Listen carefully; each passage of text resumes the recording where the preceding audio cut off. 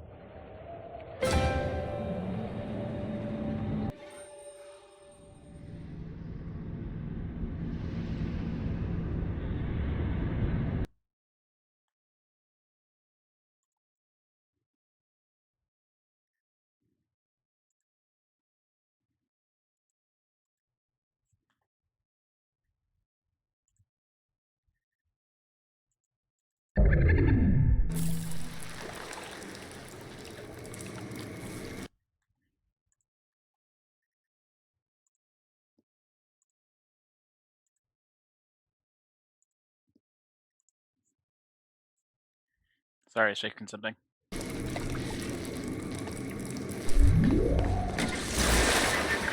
And now you've got hooked up with Tenenbaum, huh, kid?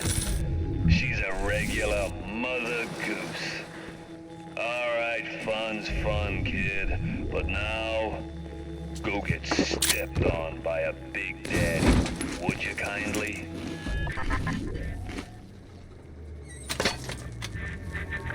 Huh? I says, would you kindly go get stepped on by a big daddy?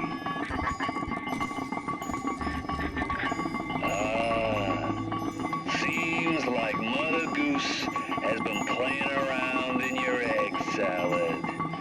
If you won't dance to that tune, I got others. Code Yellow.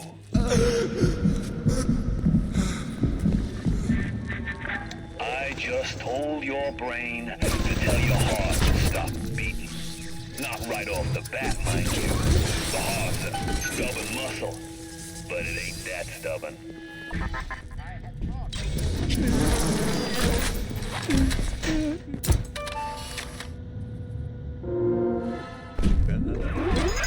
Once you are free of Fontaine's control, then you can have your revenge. And we can keep my little ones out of his filthy hands.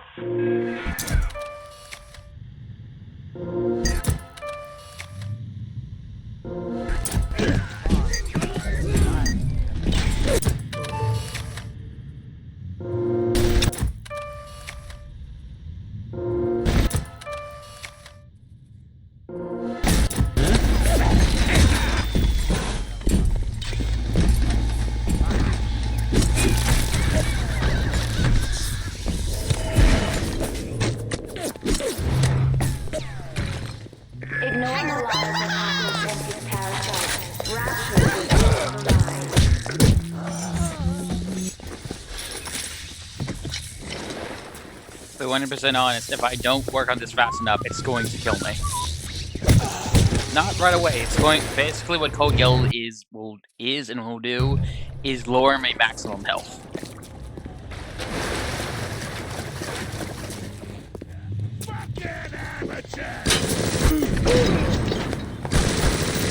Just throw his hat at him. My territory! Mine!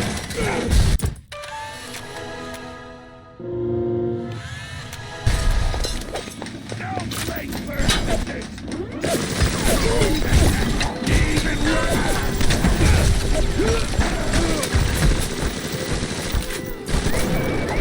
Am I shooting you with these?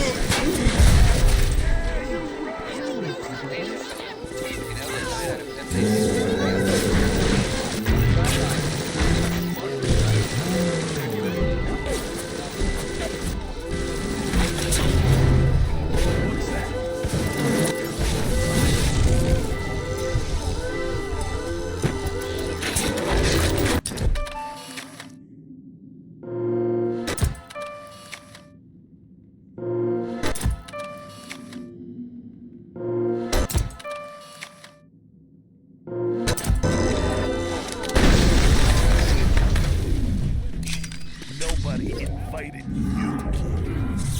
Teach you about how things work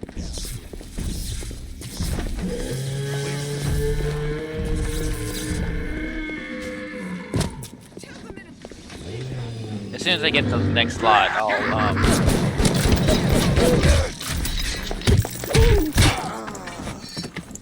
I'll be more active in my descriptions. I'm just worried I'll die before I do it if I take too long.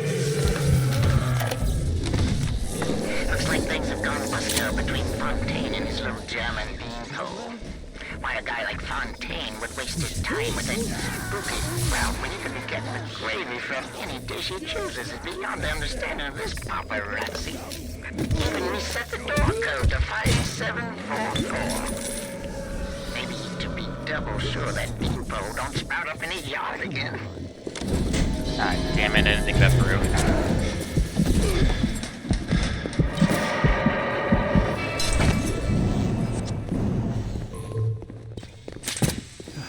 It's just bad order. Started business down at all. Yeah, Mark will come back late. Yeah, everything will be fine. Yeah, it'll all be fine.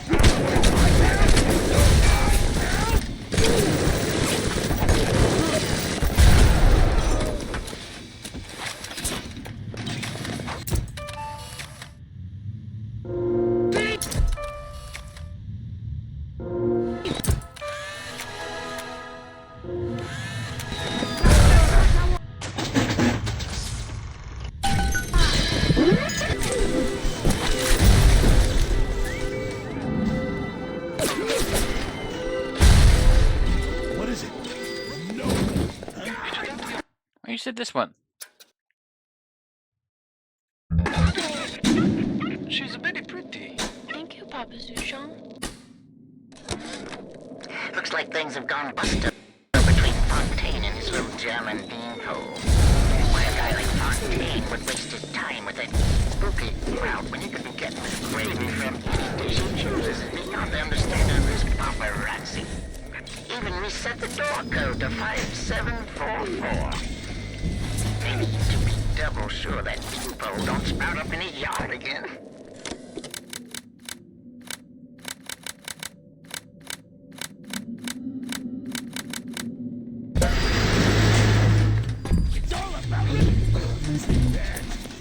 Real cute. Where is that? They say to save one life is to save the world entire. I made a place for the children here, but it is you who are their savior. Will you stop here, or will you deliver them from this terrible city at long run?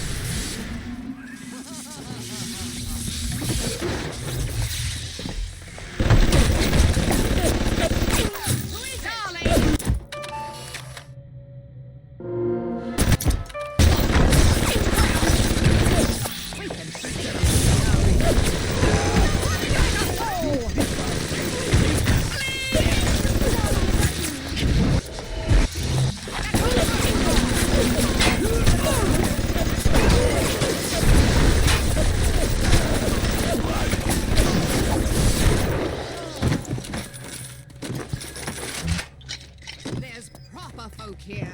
You don't fit in.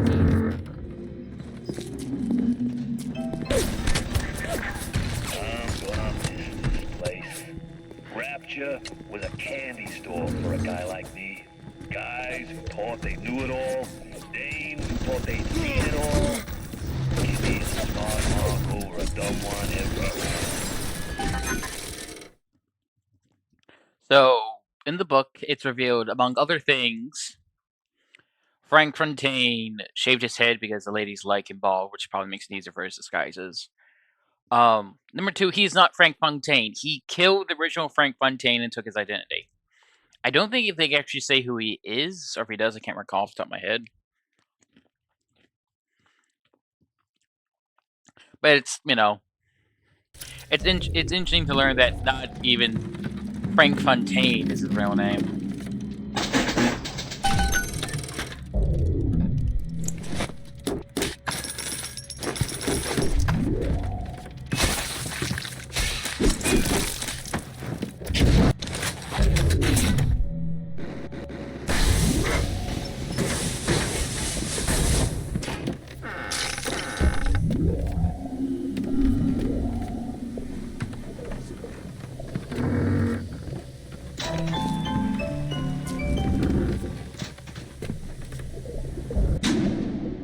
sound or not? I can't remember.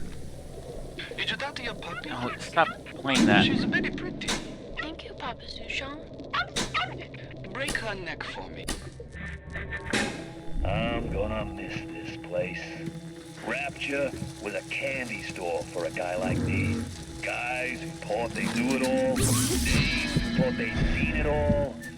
Give me a smart mark over a dumb one every time.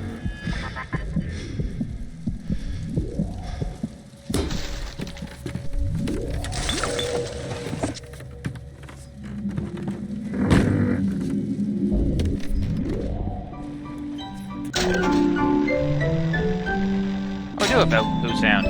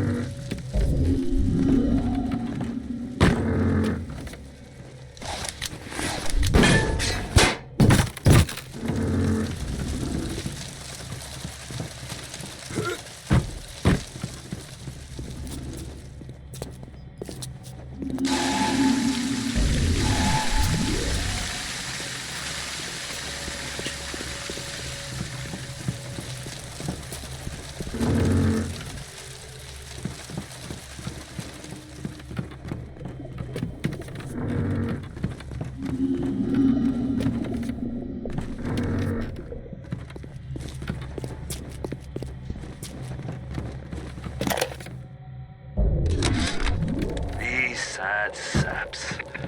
They come to Rapture thinking they're gonna be captains of industry. But they all forget that somebody's gotta scrub the toilets. What an angle they gave me. I hand these mugs a cot and a bowl of soup, and they give me their lives. Who needs an army when I got Fontaine's Home for the Poor?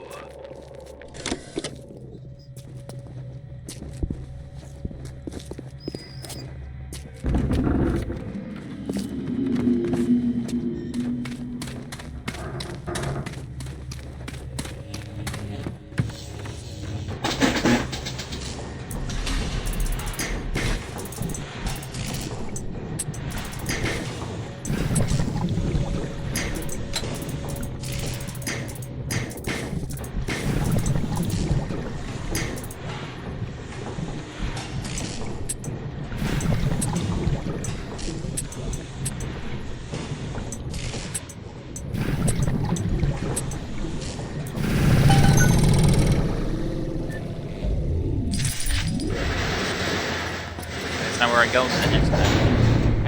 I thought they were both here, or at least one was.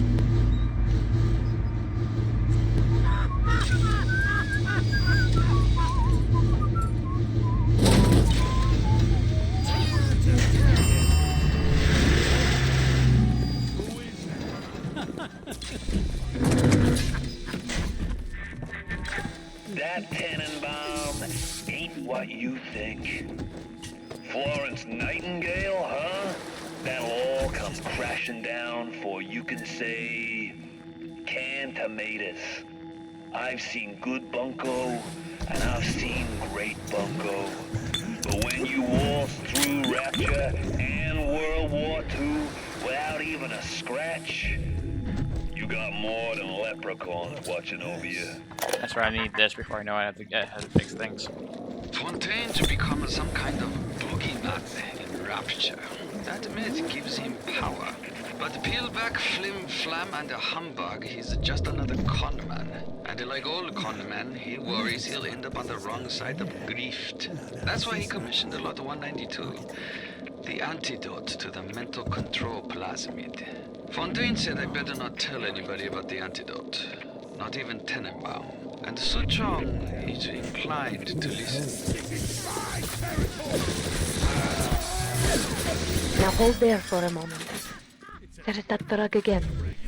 Did we not see that at Fontaine's flat? We'll find some at Su Chang's lab as well.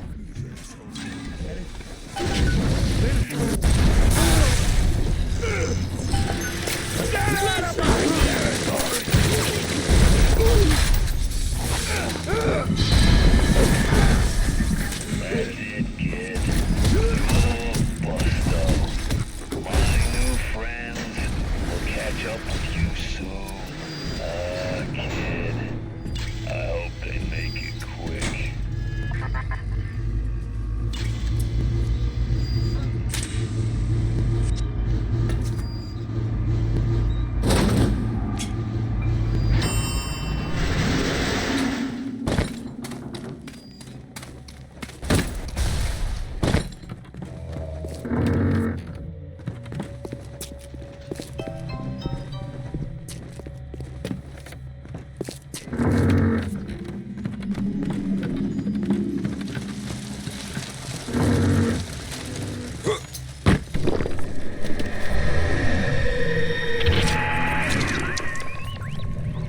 Yes, the compound is taking hold.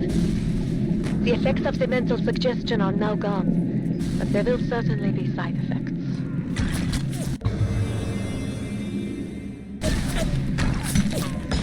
So this is my favorite part of this sequence. Lot 192 has reorganized your entire plasmid structure. Should have known you would need a larger dosage. You'll have to locate another dosage to fully remove the effects. Good. Now go find Su Chang's lab in Artemis Suite. In there, no doubt there will be more of this Lot 192.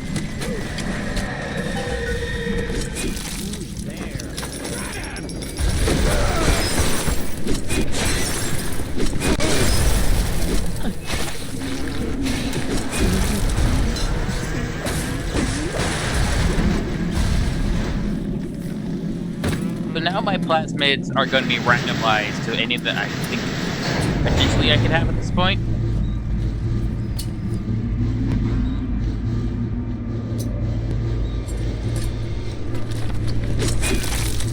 Which means ever so often it's going to swap to something new. This is fine.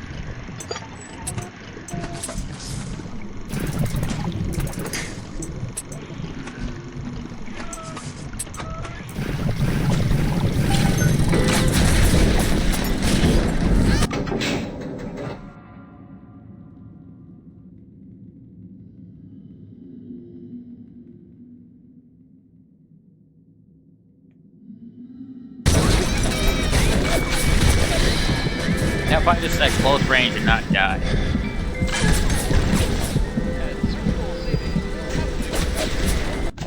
Welcome to the circus of Welcome to the circus of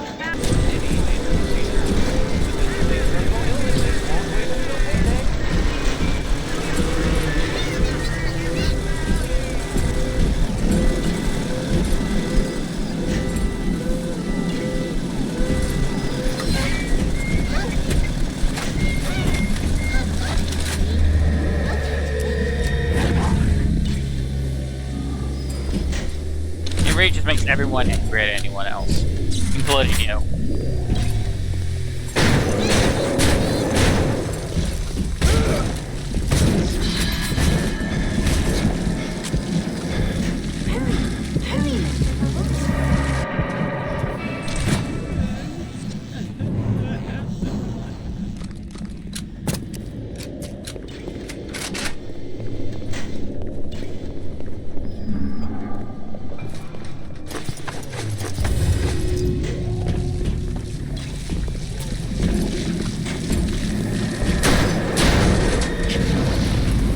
Please get out, Mr. Bubbles. No! No! No! No! It's fine. Trust me. It'll all be good. Adam improved every aspect of man except his character. Perhaps there is a plasmid that can grow the spirit. Perhaps in your DNA, the secret life. I've sent the little one with some goodies to help ease your burden.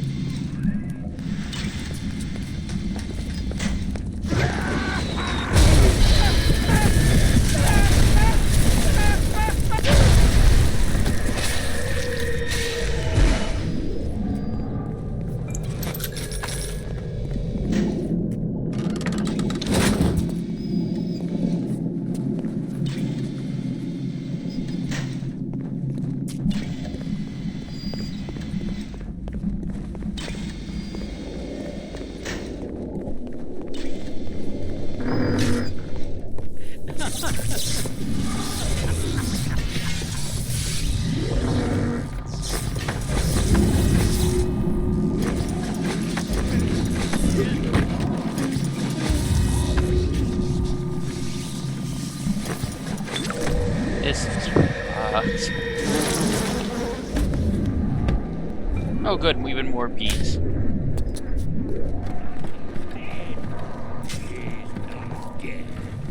He's living it up and he's laughing.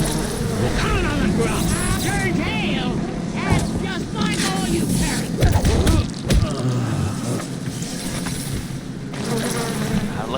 Look at the hive. Oh my, that's not my hand. Ugh.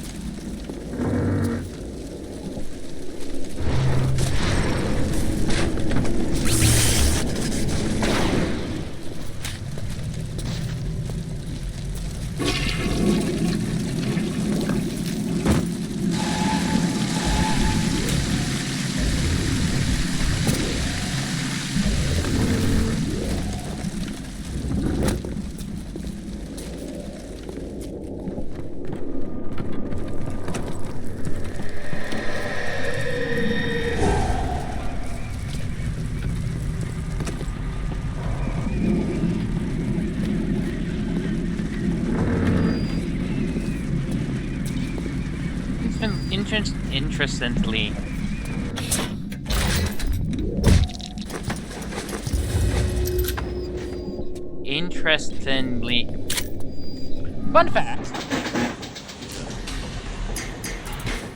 because I keep swapping towards Jesus Christ.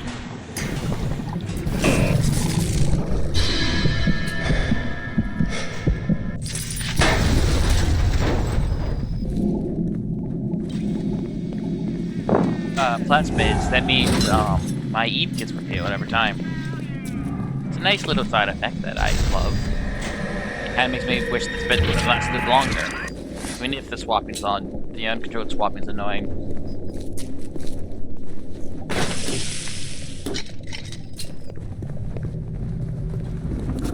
Squatter, parasite, get out of here. That's all. That market will come back, huh? Yeah, everything will be fine. Yeah, it'll all be fine.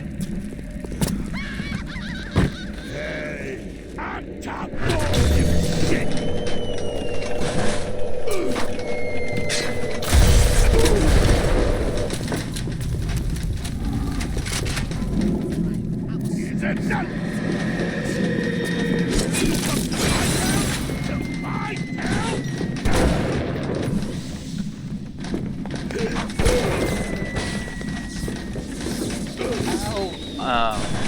rules that works. Pretty much, if they walk in front of a camera with that on, they get. I know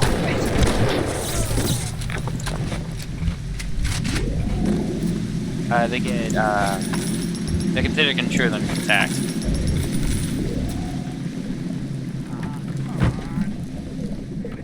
Very niche. I can't remember if it shows up in 2, but I think if it does, there's like one where I think I might be just straight up misremembering this, but I think it also summons drones. Or that could be just a higher security security bows I just don't have. I don't use it.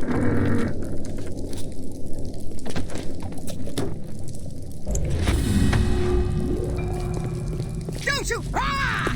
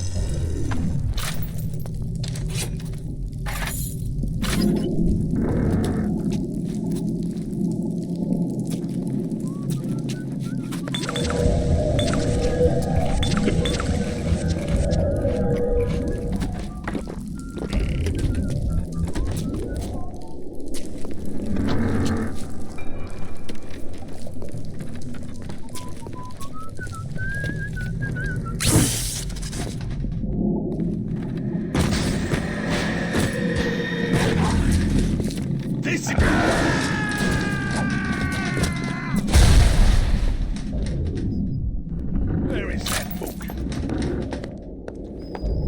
I'm worth 10 of you!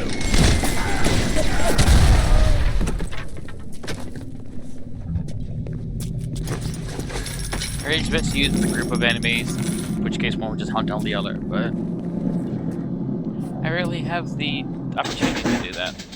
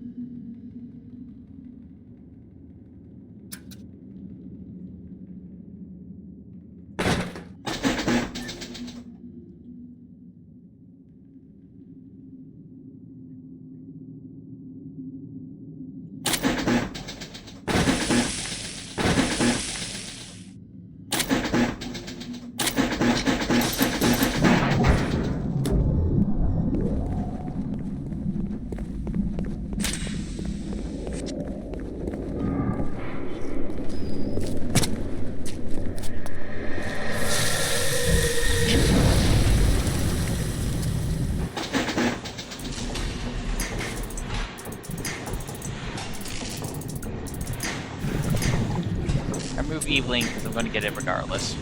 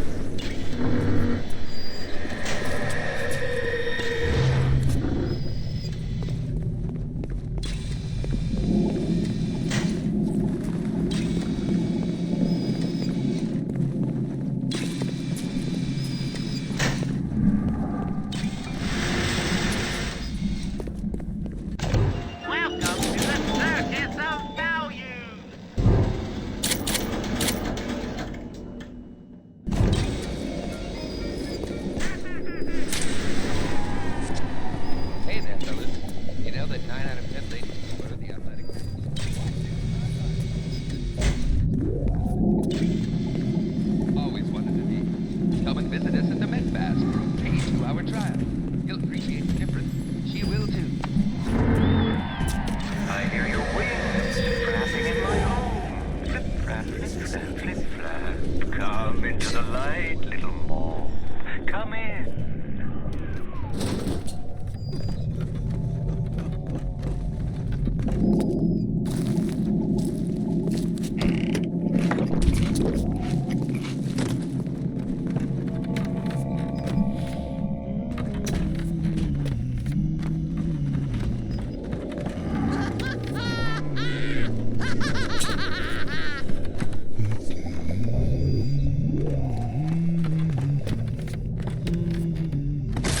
She didn't fit in anyway. I don't care where she's going.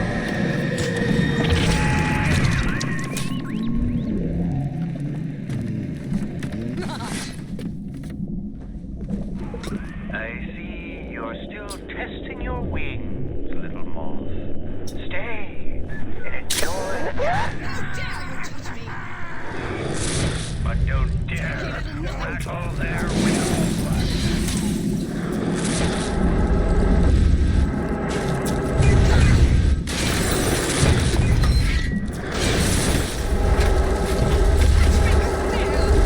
Over that gate, Rebecca!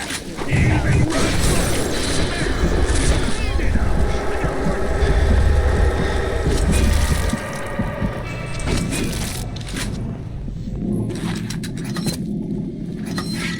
Okay, that's it. Let's play games.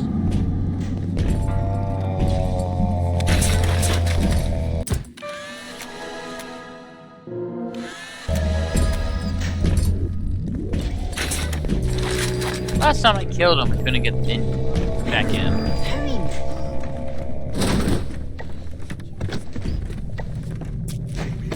Rich! She didn't fit in anyway. I don't care where she's going.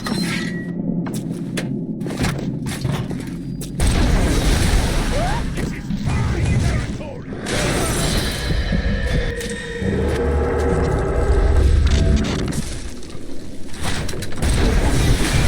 When will you ever learn to take instruction? I'm coming down there, little moth. Coming down to teach you to dance.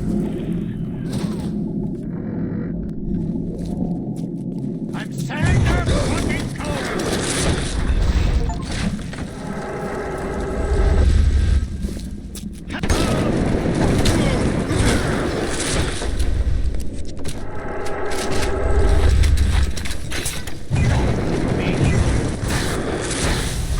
Hey, how do you feel about a napalm launcher?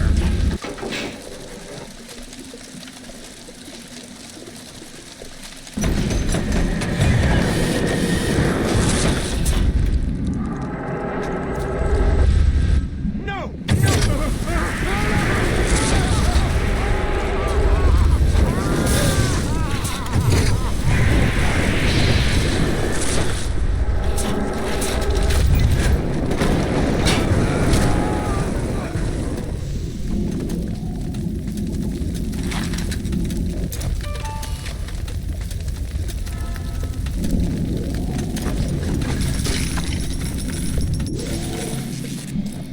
There's an achievement you get for doing that.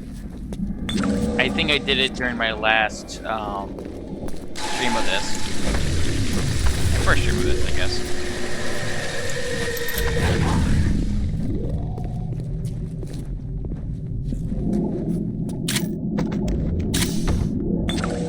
I'm not gonna lie, I kind of wish I waited to kill him until now.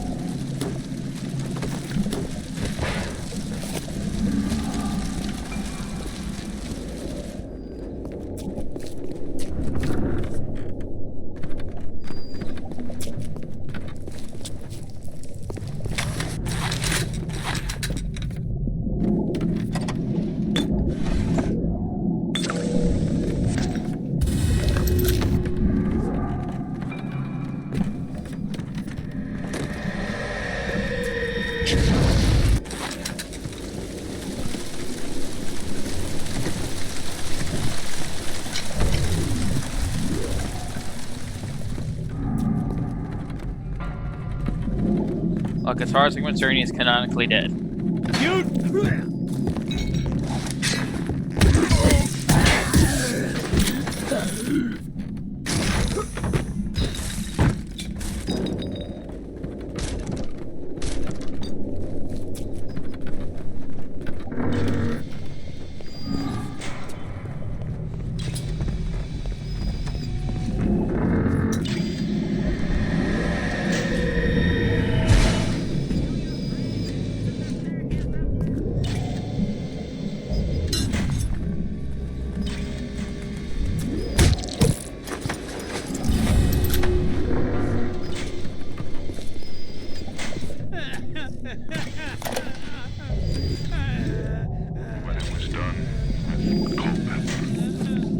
left her as she was in the bathroom. She had a blanket half hidden by her bed. It was nice, black and red and pretty. I took it so I could have somebody finish it. It could be of use to someone. It just didn't feel right to leave it lying there all by itself.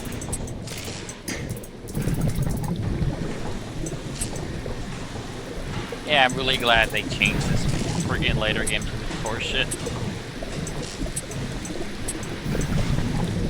2 makes it a quicker time event, and 3 you just use a plasmid on if you want to hack something.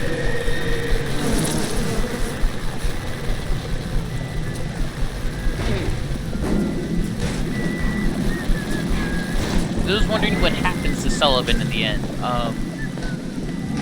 In the books, it's implies, especially with the course we find one of the in the corpse in his Neptune County. He goes to Neptune County to shoot himself.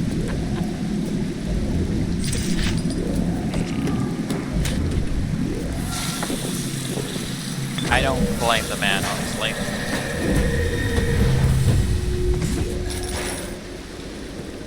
This is not what he signed up for.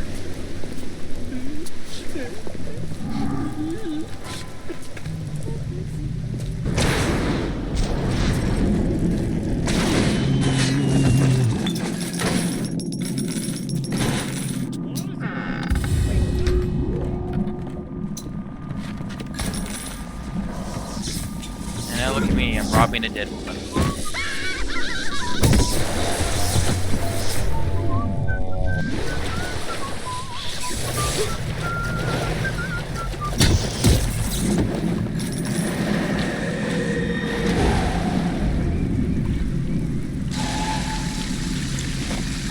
Hello, Anna.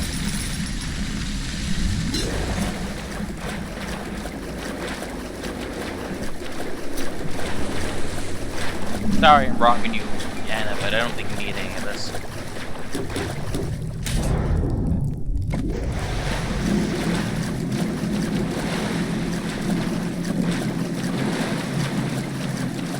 Also, something in the books I didn't bring up at the time. Steinman's always been crazy. The whole Aphrodite thing, yeah, I know, it was on local higher topside hard drugs.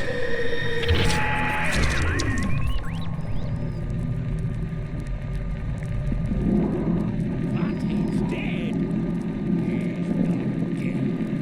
He's living it up and he's laughing at me.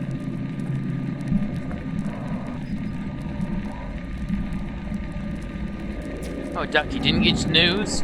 Fontaine's not dead, he's back.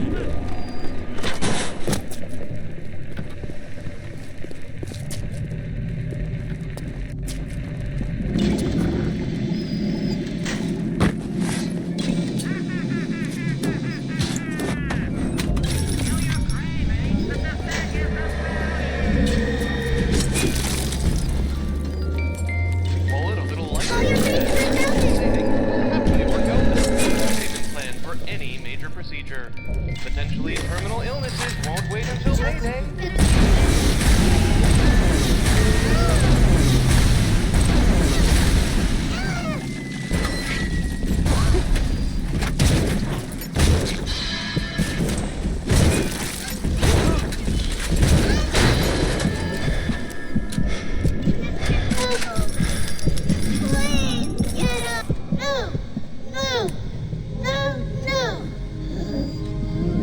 Play with your friends?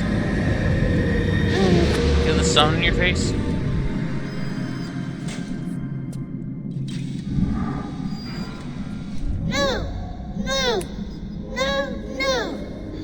I don't know what happens, but let's try that again.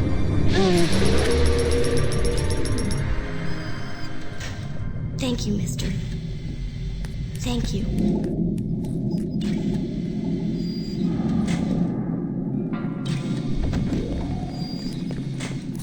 Time for a nap, sweet angel.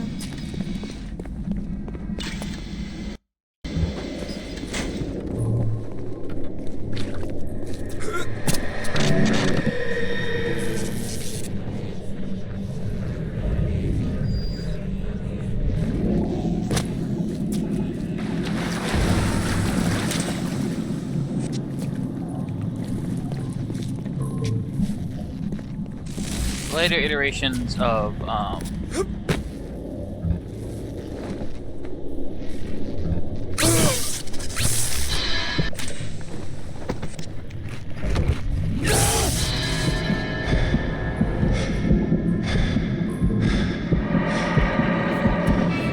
target on me actually show off the character's model. That's why I don't like using it in this one.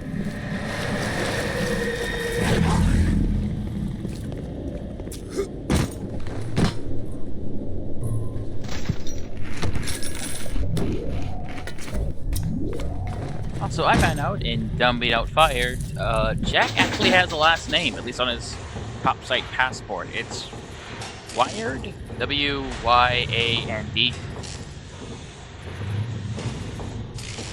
He spells up as Wyand.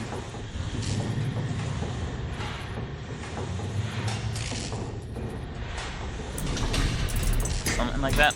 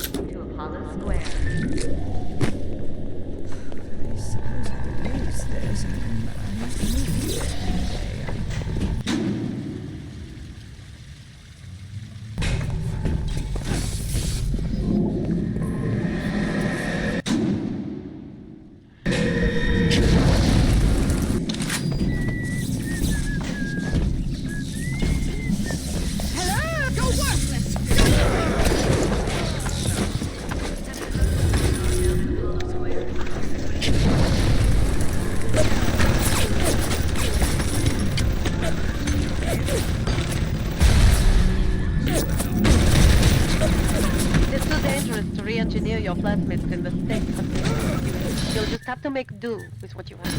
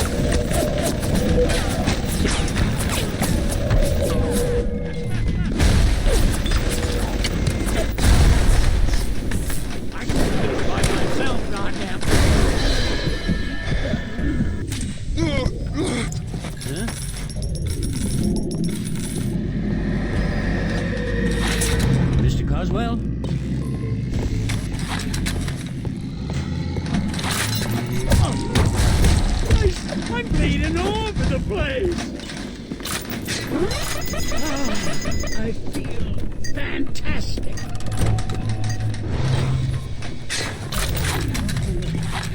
I need this shot.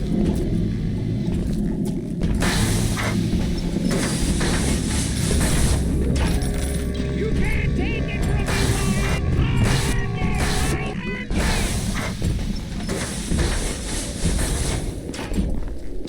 you can't hide from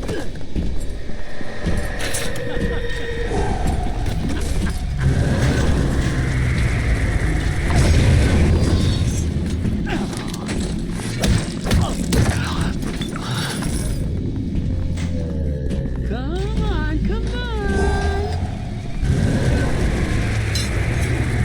I guess that's okay.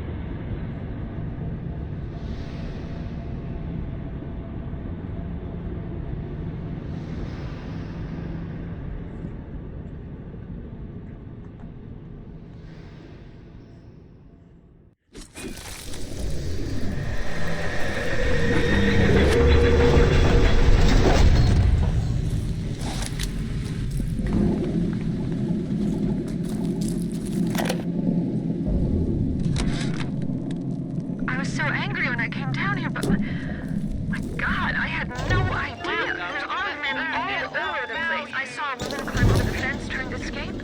One of Ryan's guards pointed at her and she lit on fire. Just like that. What's happening here?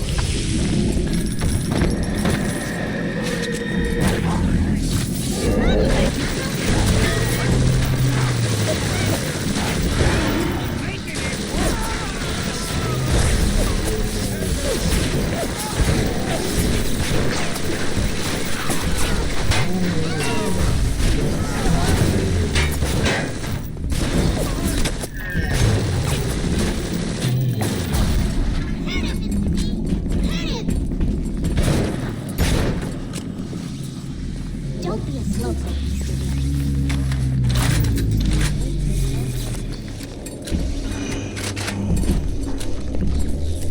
Look, Mr. Bubbles. I like it. Special.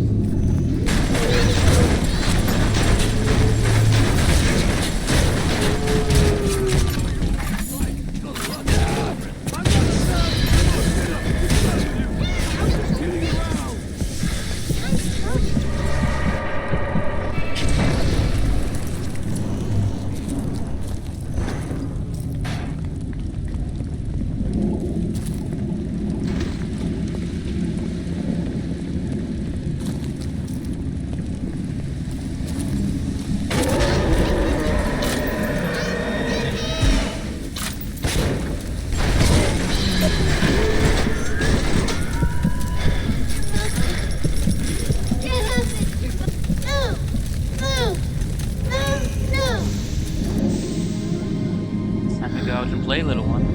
No more time for work. Thank you. Thank you.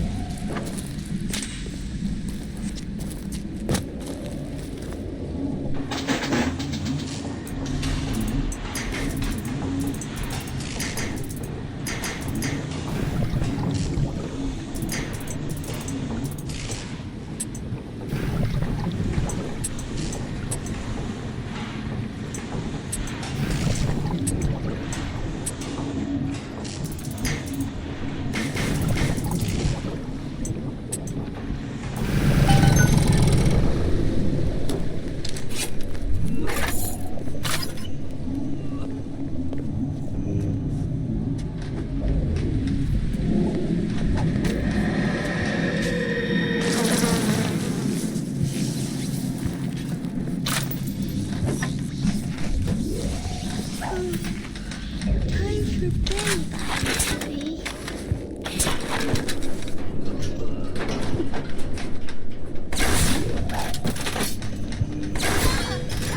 I can see you.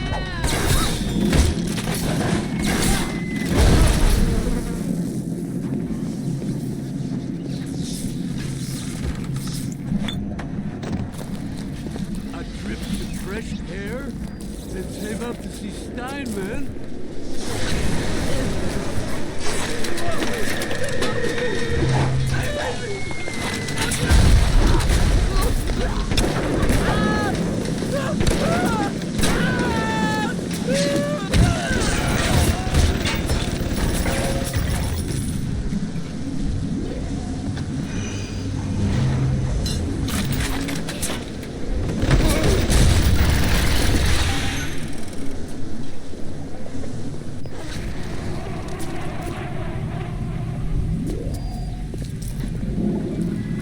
Whenever anyone wants others to do their work, I bribed one of the gorillas at the gate to let me in. It's awful in here. To my right, I can see a dead woman lying in the street. Everybody just walking by her like she was there. But I noticed something spray painted everywhere. Atlas lives. I mean, I don't know what it means, but something tells me it's important to these people.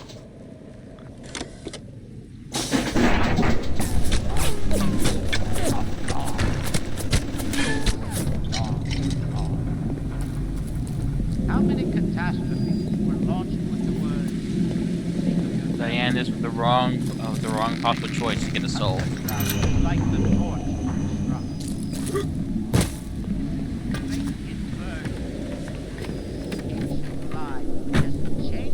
In fact,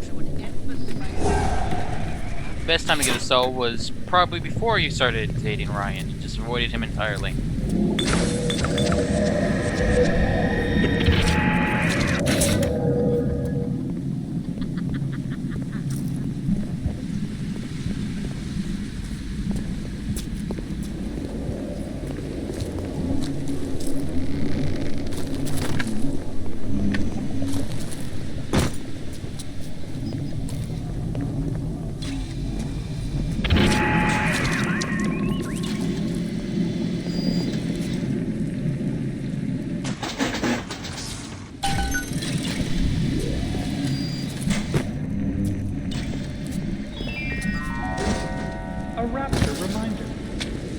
item from the surface. Forgive us.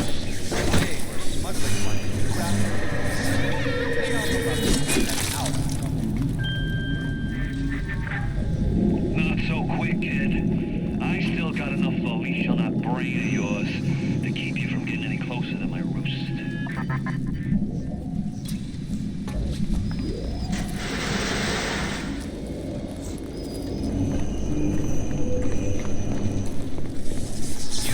Ryan's gonna be there for you when you're down and out?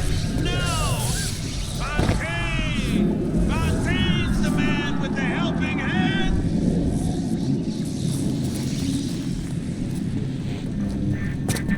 Made Ryan good and mad when I started playing the charity angle. Fontaine's home for the poor. Before I knew it, I was calling myself Atlas and leading an army. Ryan and his precious rapture. You don't have to build a city to make people worship you. Just make the chumps believe they're worth it. The people here have grown to trust me. Ryan's mistress, and still they take me in. They finally brought me to Atlas. Without him, the people of Palo Square would give up. I asked him if he was going to lead the people in some kind of uprising against Ryan. He sighed and said, I am not a liberator. Liberators do not exist. These people will liberate themselves. I thought Andrew Ryan was a great man. I was a fool.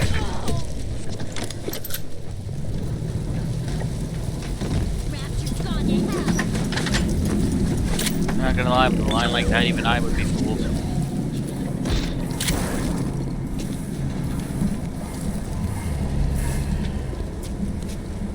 There's a popular theory that I subscribe to, because it's not out of this house, that Atlas was a real person, and then Franklin, and then the man we're calling Frank, he's not Frank, because again, he killed the man who was Frank, killed him and took his identity.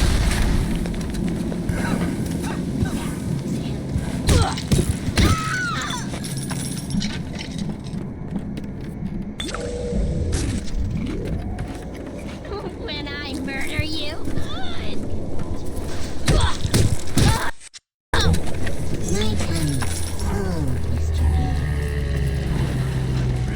Fresh air and save up to see Steinman.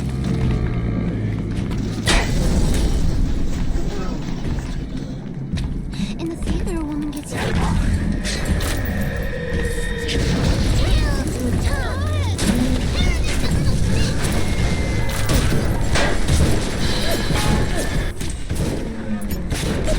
Wait, what did you say, young lady?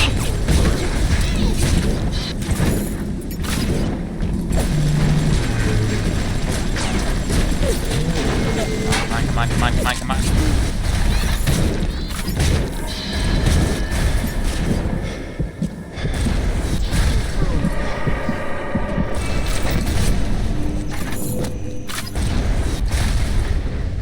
I'll go there. Bubbles!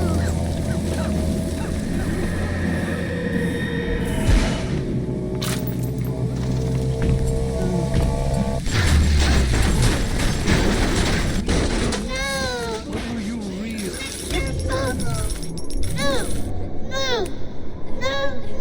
Sweetie, I think you're a little bit overwhelmed.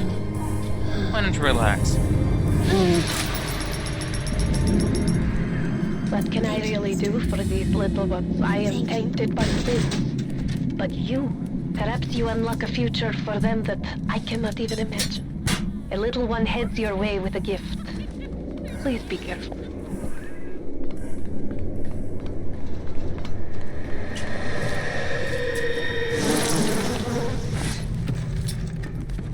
Stop ogling me!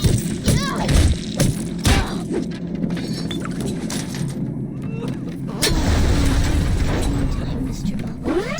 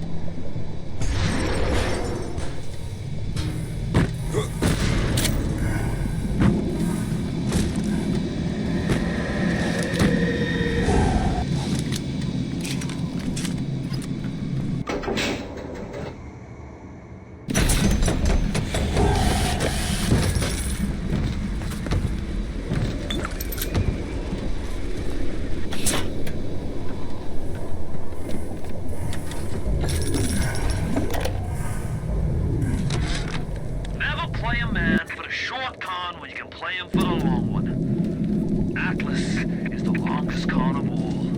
Ryan wanted Frank Fontaine dead. I just gave him what he wanted. As Atlas, I got a new face, a clean record, and a fresh start. Now, it's time to take back Rapture. I'll be so pleased. Oh, Mrs. McClintock! What are you doing here? Let me just turn this off.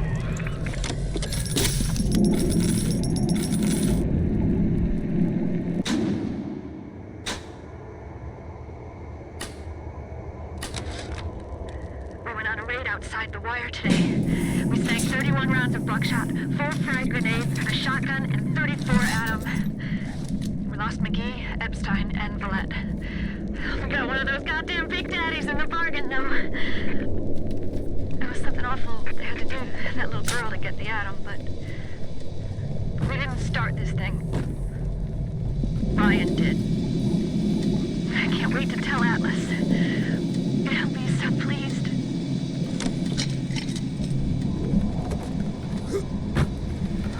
So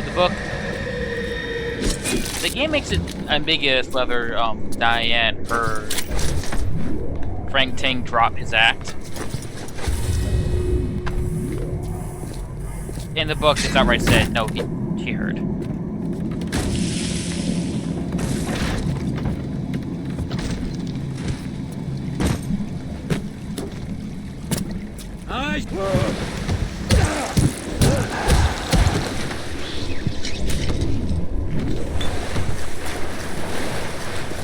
What little right he has.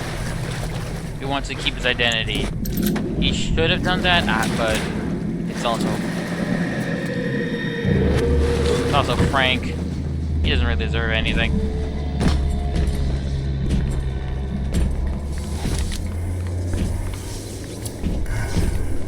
Maybe teeth removal. That's gotta be recent. I'm here to meet a lady.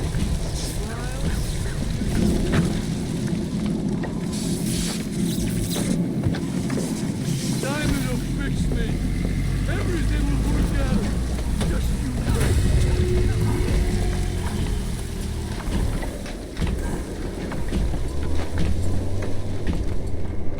Not stuck. I'm lost.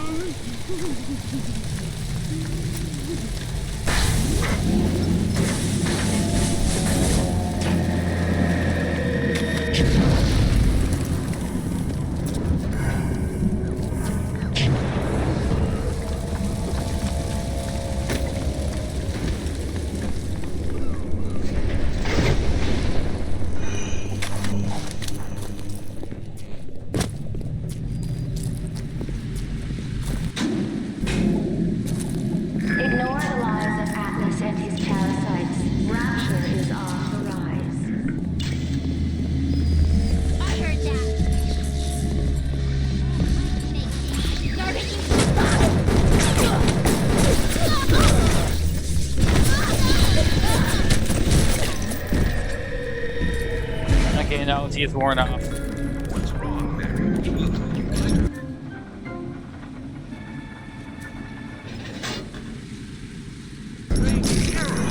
Capital punishment in Rapture. This isn't what I signed up for. Now hold on there, pretty lady. The only people who place you every work war at risk. Imagine if the Soviets or even the US government.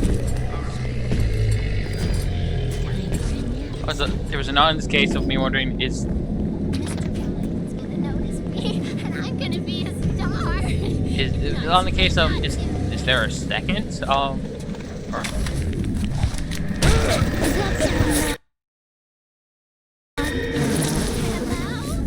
Maybe we can get to know each other.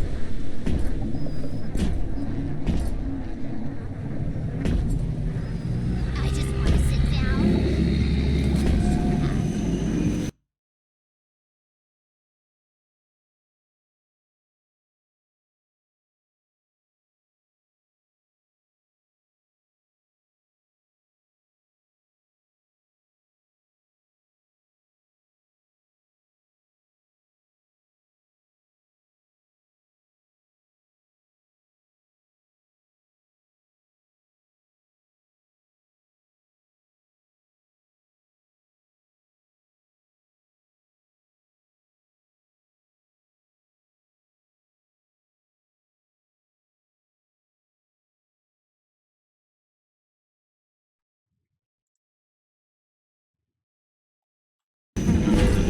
there it goes. I was just commenting on the fact that I honestly thought it was weird that there were. I saw the cured little sister, just saw the syringe thing, and immediately thought, is there little sister's not listed that I'm not worried about? I don't remember that being a problem.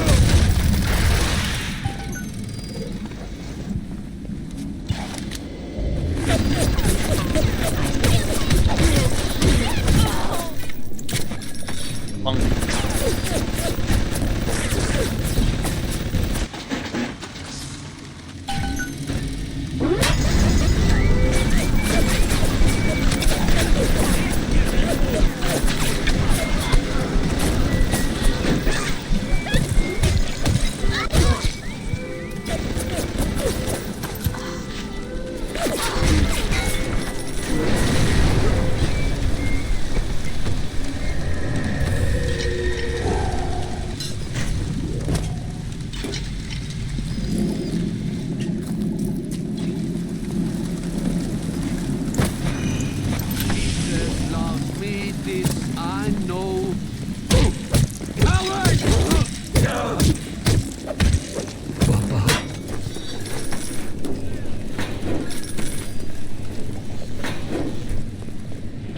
You're all stuck up. I'll show 'em what happens to them stuck-up sinners. Hide in the shadows.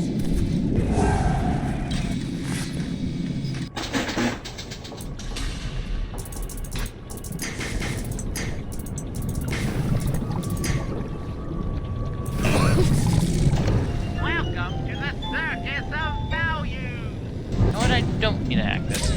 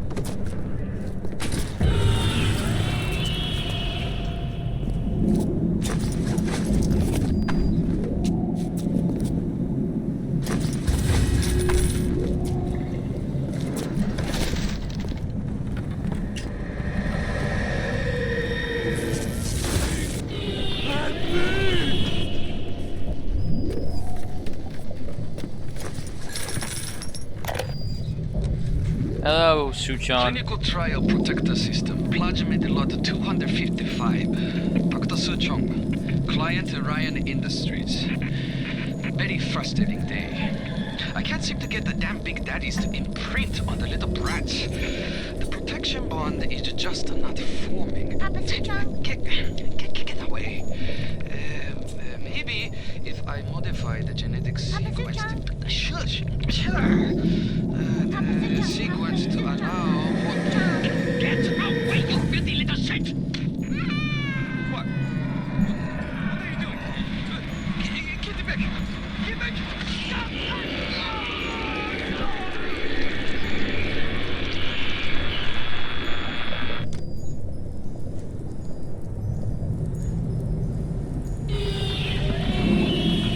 That's just nice to hear.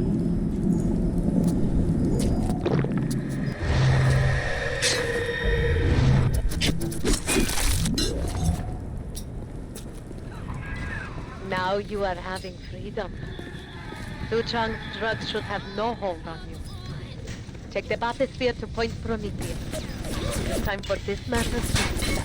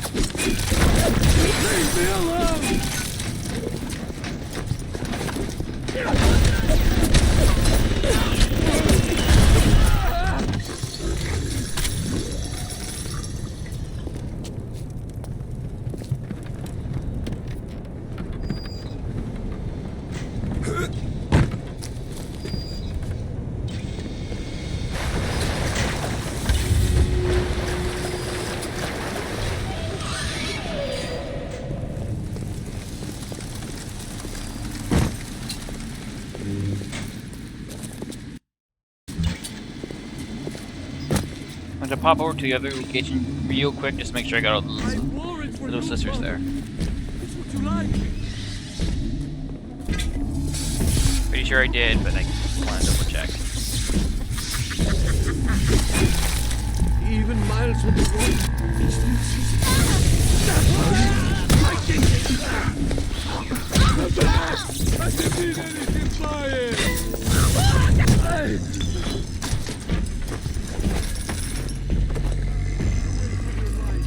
Had a quick stop at the Gatherer's Garden ought to mix me up. Whenever anyone wants.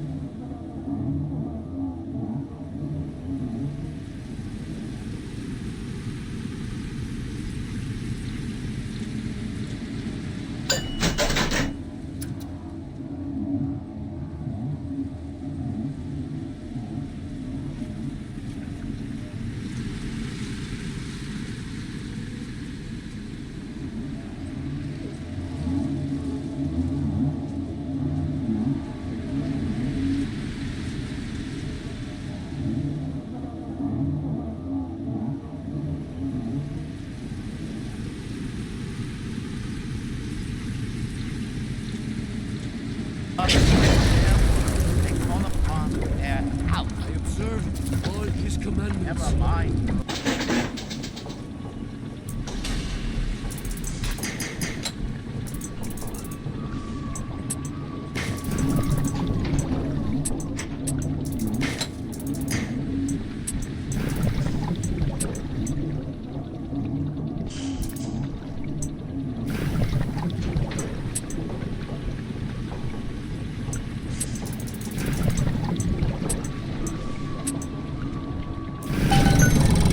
Bienvenido al Amoranito.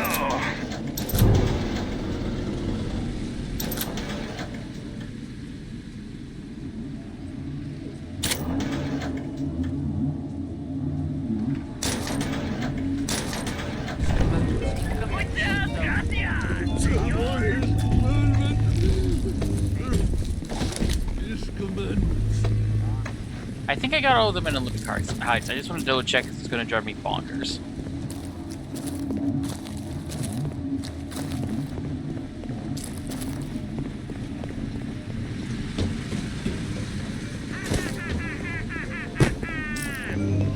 Feel your cravings, but the circus of value.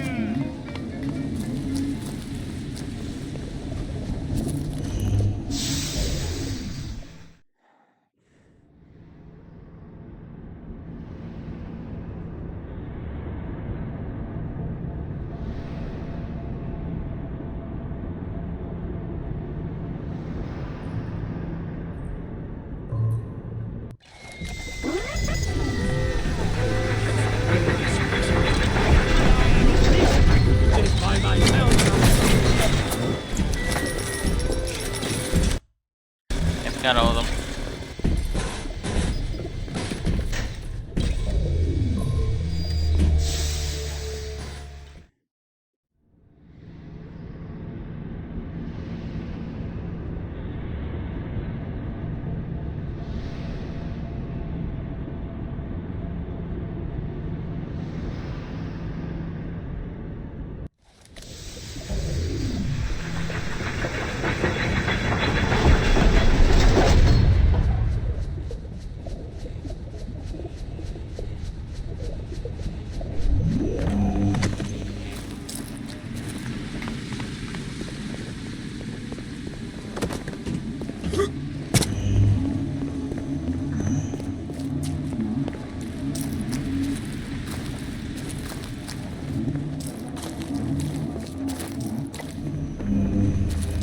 His light shineth even down here in the park.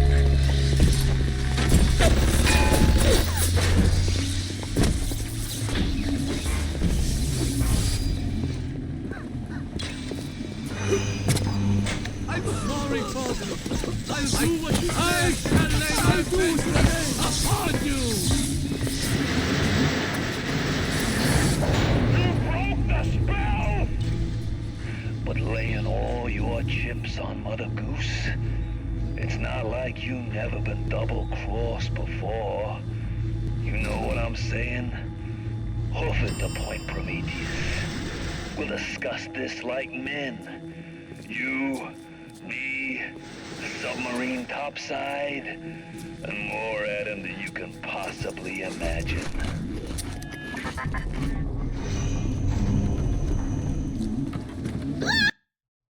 Another director's commentary and another chance for me to be quiet. Iconic and haunting, the Big Daddy and Little Sisters of Bioshock immediately captivated the public's imagination. Big Daddy encounters defined the Bioshock experience, creating new mechanics and techniques that had not been seen before in gaming.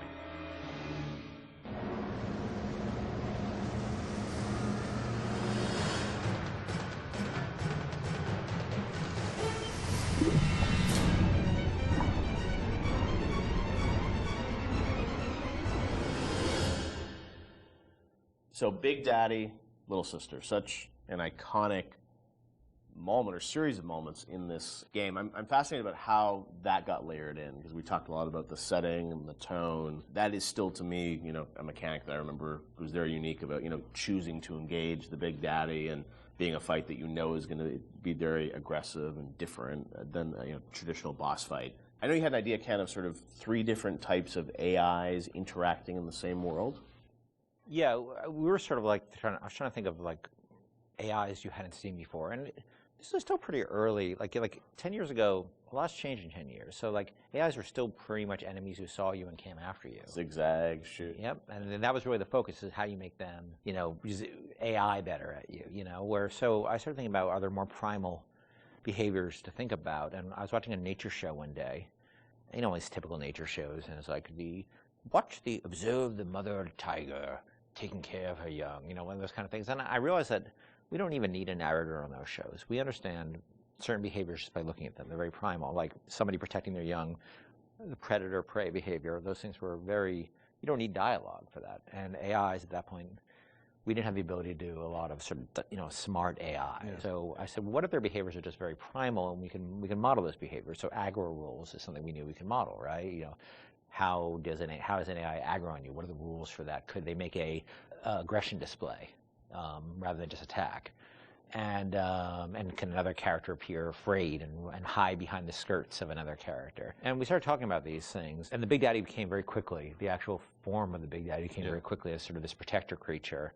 The little sister took a lot longer, ironically, even though it's a much simpler notion in a lot of ways. The initial idea came out of sort of watching a nature show, and we're trying to work within our constraints of we couldn't make super complex AIs.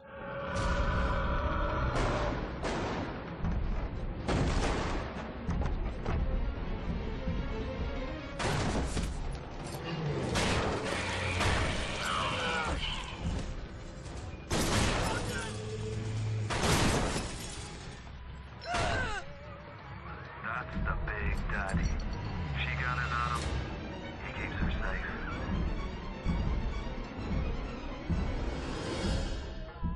Because when we first got the system up and running, this is before the playtest, we weren't really thinking about player facing these things. And we had this entire system set up that completely simulated what would happen, and you'd play through the vertical slice and you walk into a room and everybody's dead because the system would work perfectly. And Right. you weren't there to see the fight. Yeah. And we track they weren't called Little Sisters at the time, but we track how much they were harvesting, and it was all like a Command and Conquer level simulation. Yeah. And players didn't care or notice. Yep. And so we just abandoned all that stuff. Yeah, so that took us a step towards, how do we present this to the player, then how do we make the gatherers, which we called them at the time before Little Sister design came on, like how do we make them empathetic towards the player? How do we make the player want to engage with that? Because at the time they were just slugs. Right. So which is That's a horrible right, design. Originally were slugs, right? Yeah. Not actually. Which is a horrible design in so many ways, because you don't care about slugs, Right. and they're also on the ground, so you don't see them. They're not like at eye level, and they're dark. So But you still have something. We still the trailer had like the same, or not the trailer, the demo, or prototype we did. So had the Big Daddy sort of like interacting with the little slug. And slugs crawl around the Big Daddy? Or no, it's this awful little mesh. Right. Yeah. It's like a little beetle, sort of. Uh-huh. Yeah, it was terrible. Yeah. And they were protecting. And they had protecting the beetles. The beetles? What? And, Really? and the it Big was Daddies so had 2 drills. They didn't have a hand, so there's no way they could Right. like. It's just fascinating me because like the Little Sister, it's like there's such humanity in it, which you really connect with. Which seems like you would think smart that would thing be to go the straight obvious to. thing. Yeah. We're not very smart. The idea of sort of choosing to engage the Big Daddy. I mean, when I was first time I played the game, I mean that was always profound. It makes you sort of sit there and like, am I ready for this? And your choice to sort of like the kind of opposite of stealth, like when you want to be discovered. Was that always the mechanic with the Big Daddy? Yeah, the idea was that they would have very particular rules about engaging with you that were entirely dependent on how the threat level towards, not them, towards their creature they were protecting. Yeah, that was set, and then as you worked through it, I'm sure there were conversations about how difficult do we make these fights and sort of the balancing of that, and even, with the game, you don't start off with a Big Daddy fight. It's a little ways into the game until you actually get to that. So that was sure debated. You actually encounter the notion of Big Daddy and Little Sister many times before you actually are freed into an arena where you can actually fight them. You see them sneaking out, pipes. You see them. You see them walking down a hall. The first time you see Little Sister, she's harvesting, and then you see the Big Daddy come in and protect her. And we realized it was 4 or 5 sequences we had to do to set up set the stage for these characters. And look, we were hoping they'd be iconic and people would respond to the way they did, because we certainly spent energy on them with the expectation that they'd have an impact that we really just as easily could have turned out that nobody cared. I think the actual very first time, and not a lot of people see it, there's a little sister in the vent in Kashmir restaurant that if you're looking in the right direction at the right time, you'll see her looking at you, and then she'll disappear into the vent. Just the eyes. No, it's the actual mesh. Is it the mesh? Because it was easier to do that right. than new eyes, but yeah. No! No! No! No!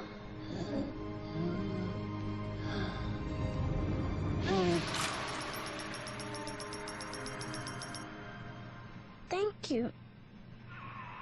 The path of the righteous is not always easy. The thing as you play through the game, I think the moments with those sort of encounters certainly stand out to the player. For you guys, as you were developing it, was there a debate about how often to sort of have those encounters? Like how many Big Daddies would there be? How would that play out? I mean, was that something that sort of changed as you? No, I think we decided there would be 3. I think it was 3 per level. So 3 and 2 in smaller levels. We did have a third Big Daddy that was mostly finished, but we couldn't make it fun. Like that last 10% of an AI is always like, where's the fun? Like, how do you really make it fun? I think they put it into Bioshock too, didn't they? They might have, yeah. They might have, I don't know. But it was fully rigged, fully animated, but we just didn't have the time we needed to really, really polish it. So we ended up shipping with the bouncer and Rosie.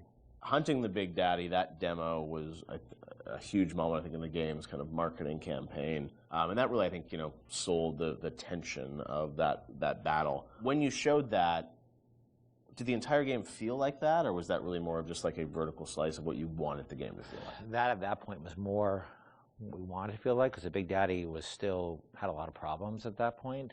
But we were confident we could do that. Like, we wanted to make sure that was an experience we could deliver on. And it was like it functioned, but it would do really weird things. Like, it had this tendency at the time to, if you did the wrong thing, that it would turn into basically a super ball and start like a tiny little super ball. The Big Daddy would go, turn to a super ball and start bouncing off the ceiling and walls like a million miles an hour. Do you remember why he did that, or what was going on? I'm sure it was some physics bug that yeah.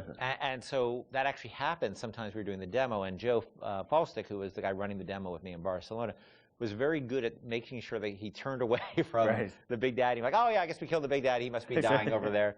But so all things were functional, but they weren't really. They didn't have all their bells and whistles on yet. It was really good for us because it sort of gave us some confidence that people would respond to just the notion of watching Little Sister and biding your time and choosing your moment. Well, it gave us confidence, but it also gave us a tool that the development team as a whole could gather around and say, we want to make it like this. Like, yes, a lot of elements in that demo were scripted, but they provided a framework for us to go back and how do we make that so it's not scripted? How do we make this robust enough so that the player can actually use these systems? Yep. So it was something that we could point to and say, all right, how are we going to do this? Like, let's break it down and let's figure it out. Yeah, and that was like in September, and actually the game was done in February, March, so we weren't that far off. Yeah. A lot went into it in those final months, but it was a big confidence boost for us because we thought it was the most important thing about the game, besides the world, was this sort of Big Daddy, Little Sister concept. And if people didn't care about it, it would have been a problem for us because we spent a lot of time on it.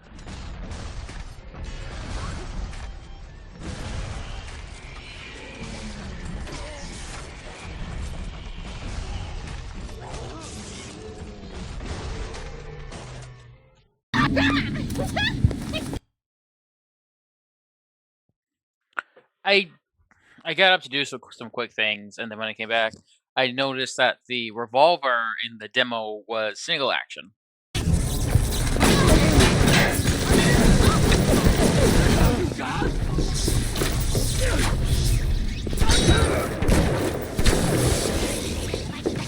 Let me kill you, I need to talk. So the revolver in the game is...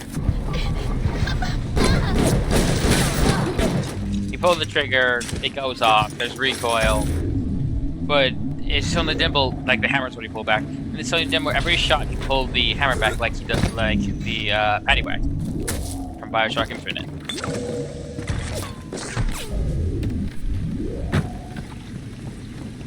think that's interesting. It makes me wonder if originally the revolver was a different type of revolver, because high-powered revolvers that are break action just have a tendency to not work. It makes me wonder if this was the classic swing-out type of revolver.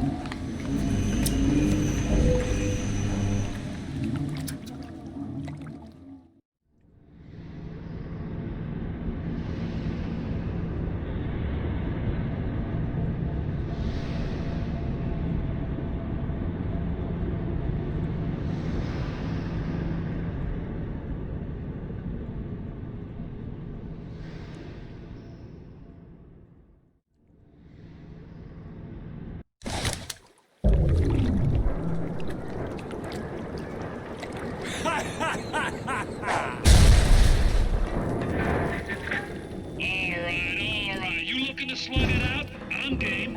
But I got all the Adam in the city, pal, and I ain't shy about using it.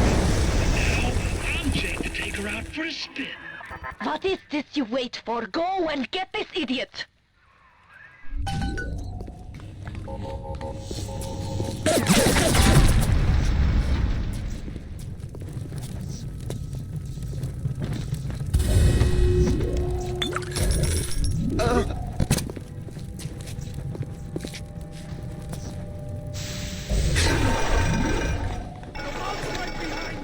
I don't even want to see him walk!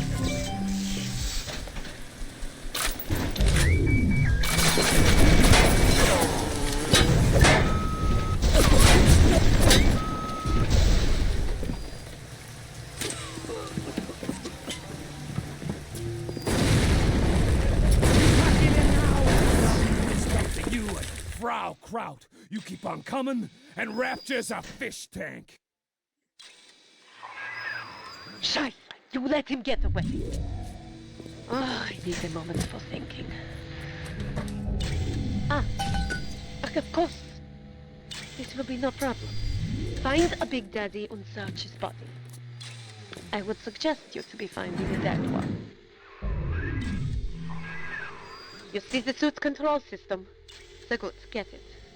That is step one of turning you into one of those disgusting Big Daddies. The only way to get through that door Fontaine went through is to have a little one open it for you. And they will only trust you if you look like, sound like, and even smell like one of those big stinking brutes.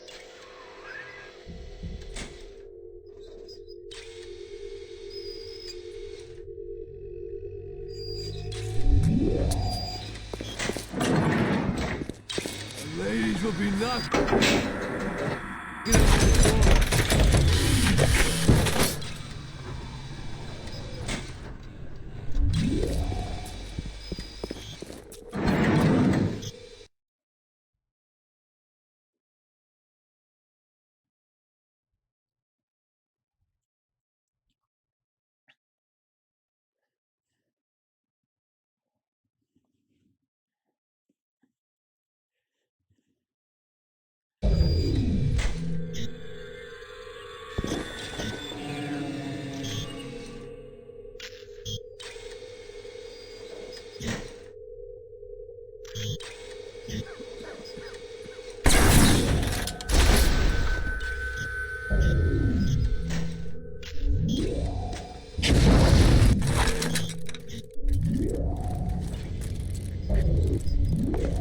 Next teller.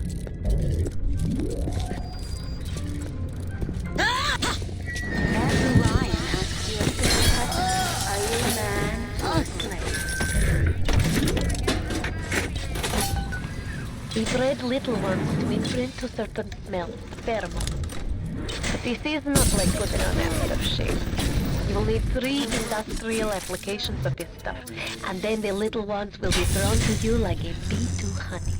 You will have to gather 3 pheromones here, so that you smell disgusting. Just like a big daddy.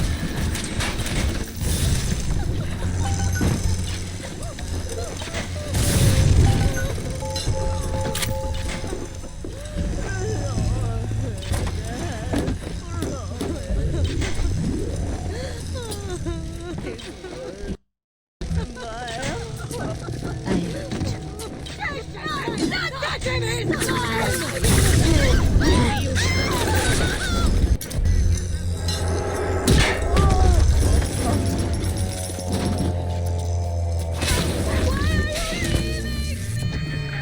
You push me too far, kid. When you're cold and stiff, I'm gonna go over to Mother Goose's house, and I'm gonna take it apart, piece by piece, and brat by brat. Consider it your legacy. I can only be glad I am nowhere near you and that awful sick. Why the little ones are drawn to the smell of those pheromones is beyond anything I can understand. I don't like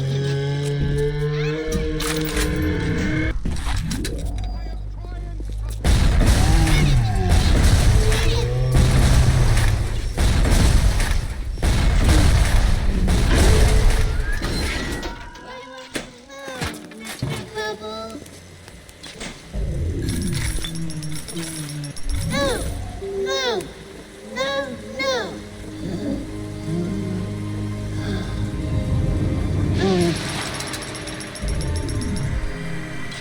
You saved me.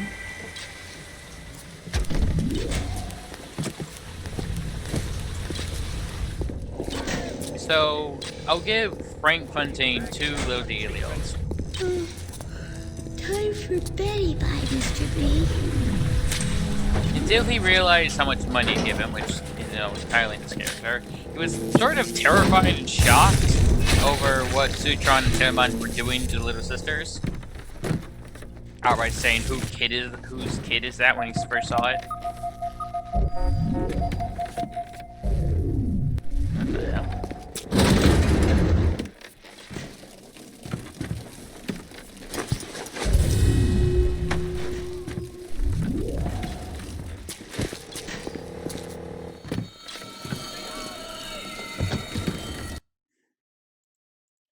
To kill, to harvest or not to harvest, the moral dilemma that follows you throughout the Bioshock experience and defines the fate of the player. This choice lays at the center of your Bioshock story and has repercussions that can be felt in nearly every facet of the gameplay.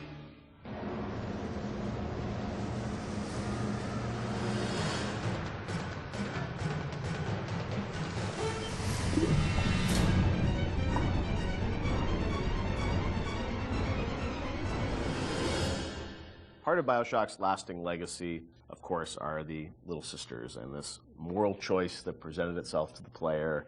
Everyone became a water cooler conversation about well, did you save them? Did you harvest them? That concept, Ken, was that something that came about early in development, or that binary choice? When did that come into the game? I don't remember when. I mean, we had the concept of them being protected, but I can't remember when you Yeah, it actually certainly chose. wasn't. When there were slugs, it was not meaningful. I think there was. Do you salt it? Do you not salt it? Yeah. There were resources that you could get, but there was no choice there, right? The choice was, do I want to fight the Big Daddy or not? Yeah. I think once we got into the realm of they have to be empathetic, the player has to have some feeling towards them, which you're not going to get from slugs. Right. Then we start seeing that opportunity there of okay, nobody's going to want to do harm to these girls, or do they? And do we allow them to? It was we weren't comfortable with it at first when it first came up that we could. I think it was important that it was a way to reflect the sort of larger economic questions of a world like Rapture, where where the economy drives everything. Are there any limits to economic decision making versus moral decision making? Because that's sort of what the Randian notion is that it's not the role that you don't sort of legislate morality. Let's try to take that to an extreme and see where that ends up. And Little Sisters sort of became that. And in this world, they became a commodity. And the question we have for the players, are you willing, they're a commodity to you as well, potentially. Do you want to participate in the commodification? There was, I think, a fair amount of nervousness internally at the publisher about it for a little while, but pretty quickly they were able to sort of say, look, we trust you guys, and go, do this. And I only had a few, the press, and this sort of happens over and over again. The games press worried a ton about it and would wring their hands about it. They ever recognized it was a setting topic but that it was done to a larger purpose, that it wasn't just sort of like, hey, this is the game where you kill children. And whatever, and that was a sensitivity. I know that like you guys wanted to call them little sisters, not little girls, and it was and it wasn't, it wasn't killing them, it was harvesting them. And I mean, you did some things probably on purpose, right, to sort of explain that this, you weren't doing anything vicious to them, right? Well, I mean, you do sort of, they do sort of disappear out of you, and a big slug out of their belly, comes up that you. Well, we didn't want that to be graphic. We wanted to be very clear that you were killing them. Yeah, right. Yeah. But it was not intended to be a prurient in terms of, hey, this is a simulation of pulling a sea slug out of a little girl's belly. But we wanted you to understand that you were making a very diabolical moral economic pact there. And we think that came across, and I think it came across well enough. And I think the test of how well it came across is, I think most people didn't really thought of it as am I willing to do this thing or not? Right. And people would tell us stories how like their girlfriend saw them harvesting, and then they literally slept on the couch that night. Right. And that's an interesting, that was interesting how people connected to a 3D mesh that's really no different than any other 3D mesh in the world. Like this little sister, she's not a person. She's a 3D asset, a virtual 3D asset, right? That has a voice actor connected to it, who's an adult woman, and nobody was actually getting harmed, but people still emotionally connected to them and made an emotional connection. And also, I think when you're playing, you don't really know what the impact of that choice is. Yes. And that's sort of the curiosity of like, you're a gamer, so it's like, am I going to game the system? Which one should I pick? How does this impact things as you go through the game? It's never really fully clear what that choice is going to lead to, right? And the ambiguousness of that was something you wanted to sort of create mystery around throughout the game? Yeah, we went back and forth a lot about what the rewards for harvesting versus saving would be, and actually I think we should have really pushed further that the rewards for saving were much more, should have been much more meager than the rewards for harvesting, just to really sort of put you up against the wall, push you up against the wall and say, are you going to stick by your moral guns here? Because you're going to pay for it. Yeah. Because that's usually the way life is, right? It's always harder to take a moral path than it is to take an amoral path. But there's incentives to take amoral paths because it's the easier path.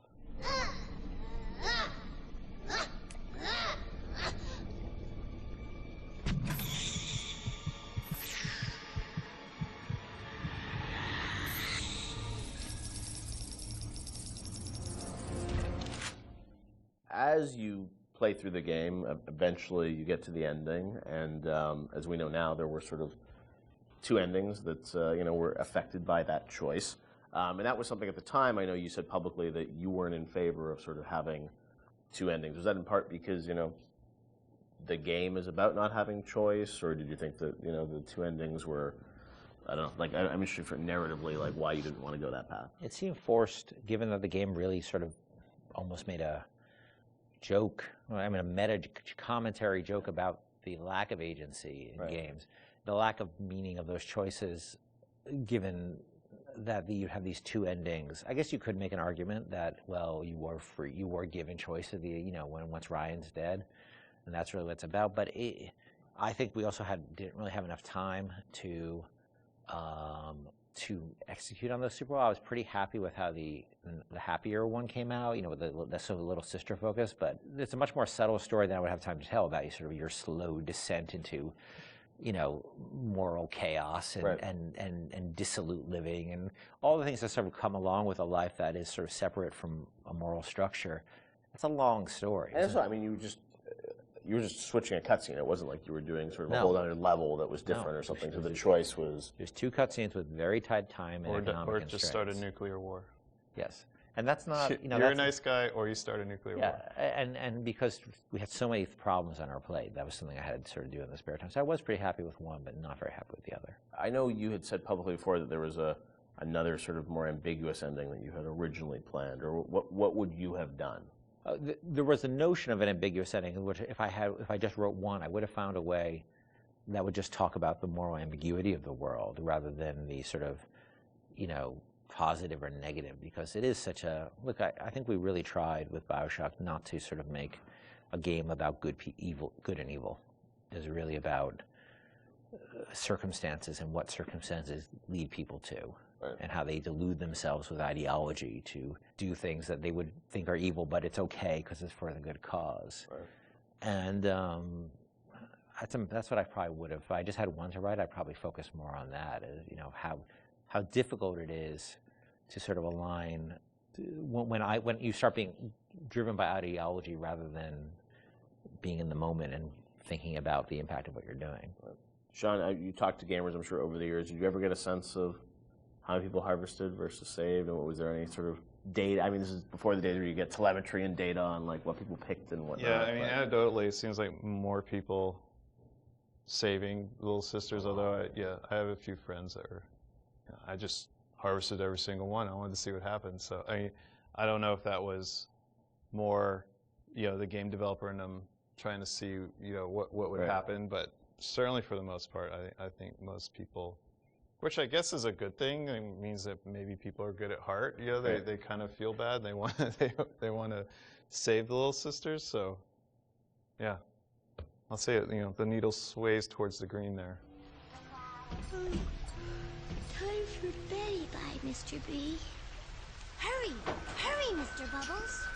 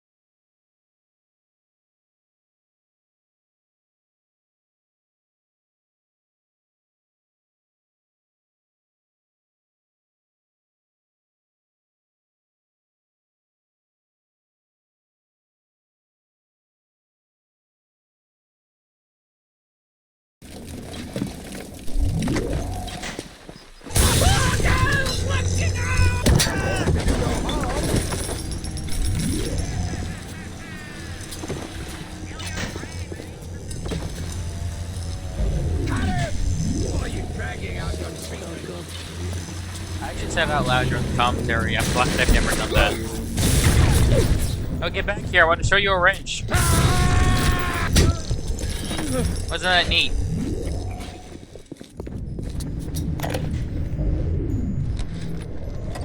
I know why it has to be children, but why just girls? This I cannot determine why, but I know it is so. Fontaine says, one less bathroom to build in the orphanage. It is amazing to watch the effect of Adam on their small bodies. Their own cells replaced by the new stems the instant they are damaged. These children are practically invulnerable. It is a shame you could not do the same thing, Jonathan. There would be quite a market for a man you could not kill.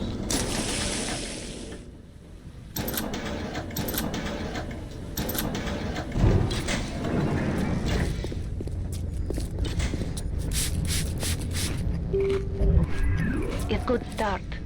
Now you need only to find the bodysuit and the voice box from the other labs, and you will be a proper fruit.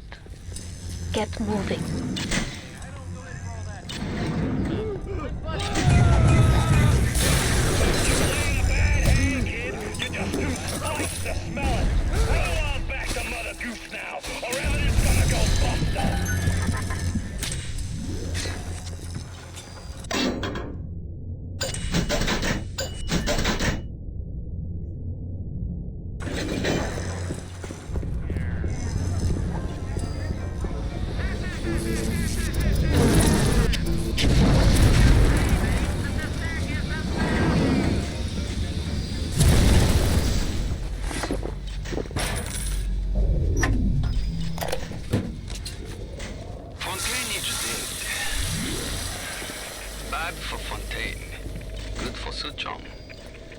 have to get there for a bit.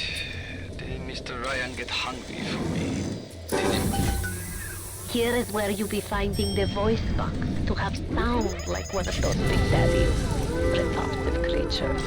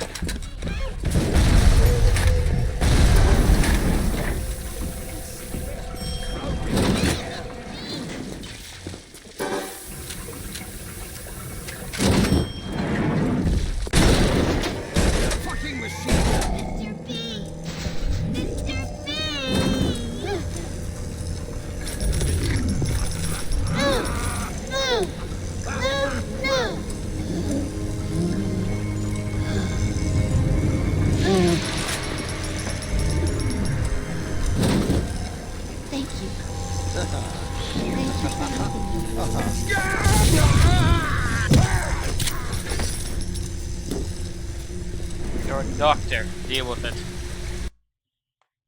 Pull it back up just in case.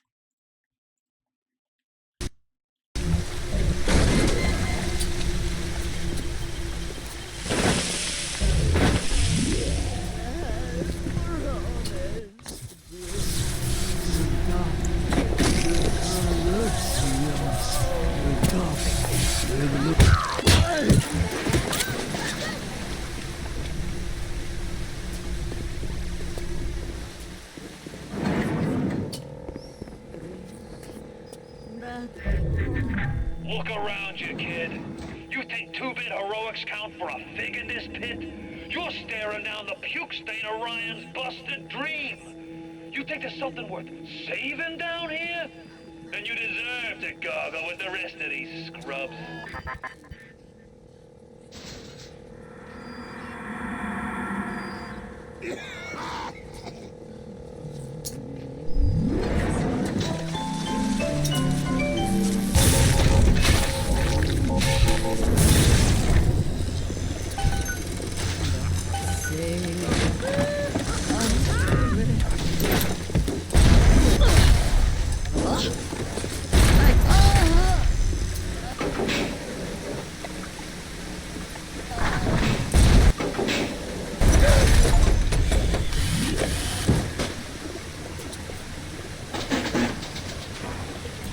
I have all the upgrades.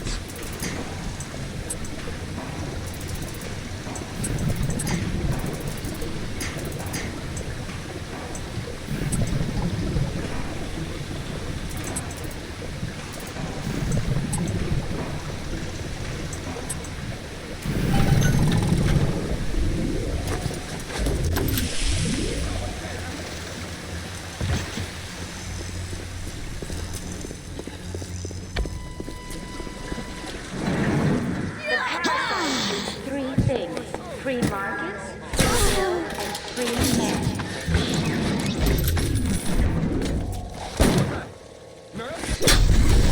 I'm the goddamn doctor!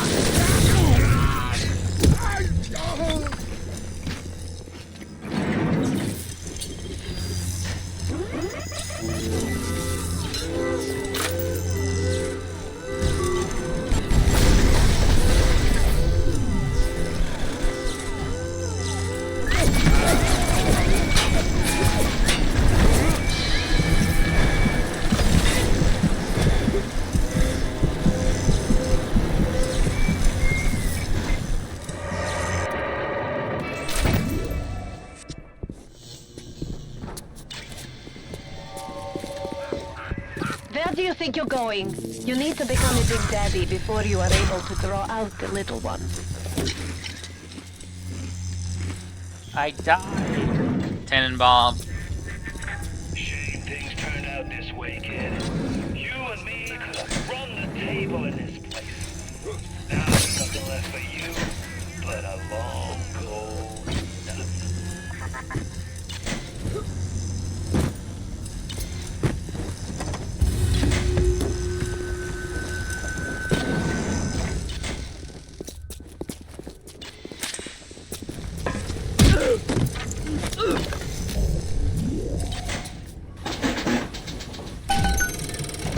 Welcome to the circus of value.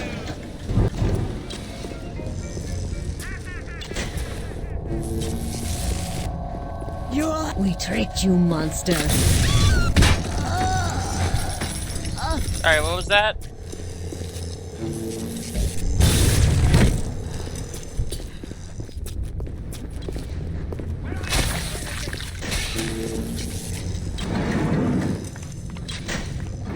parasite takes three things: free markets, free will, and free man.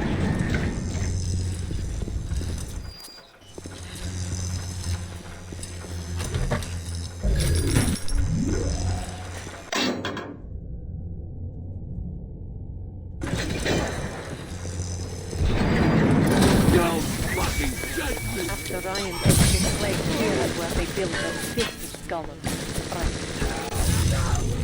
Find the pieces of the suit. Revive them.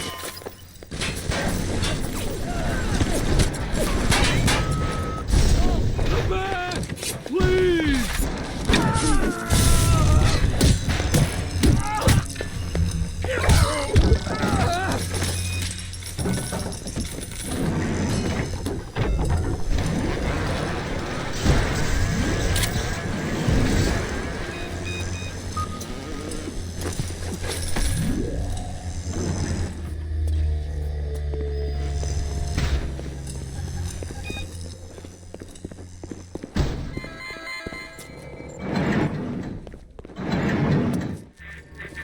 I'd turn tail if I were you, kid.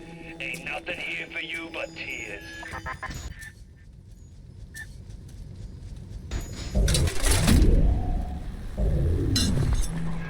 Yeah, it makes a good start. Now you go to find a bodysuit and a pair of boots.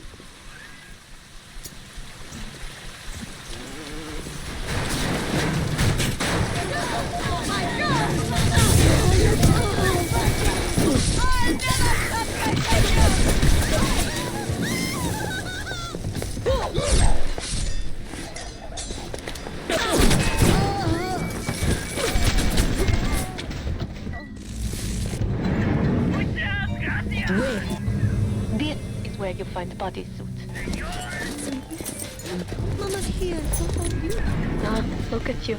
You look just the same as those. Now, the things we have done, one thing. Now the boots.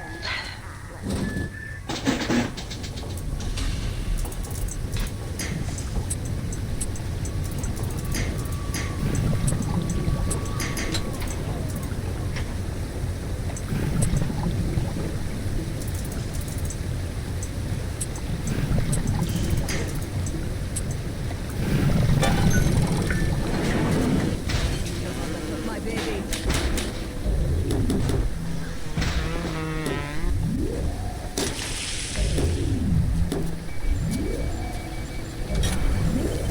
Go away. Go away. Don't come back. Always slows things down.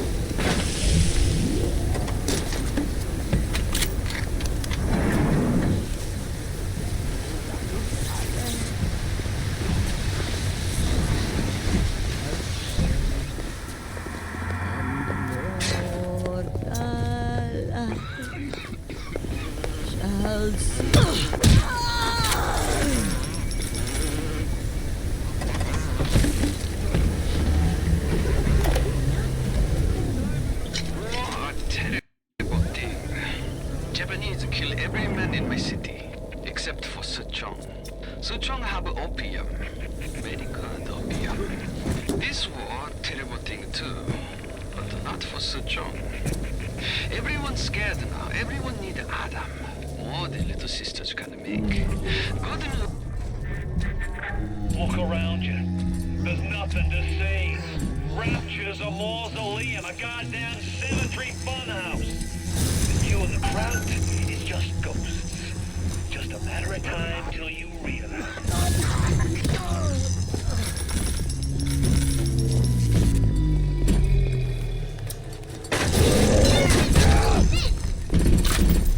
It doesn't work.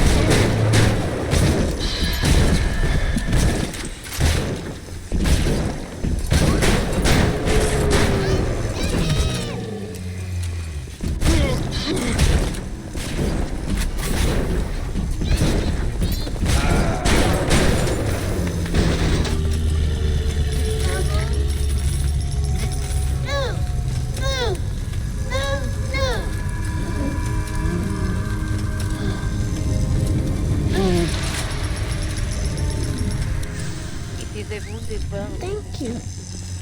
How can I thank you? I send another little one with a token of our appreciation.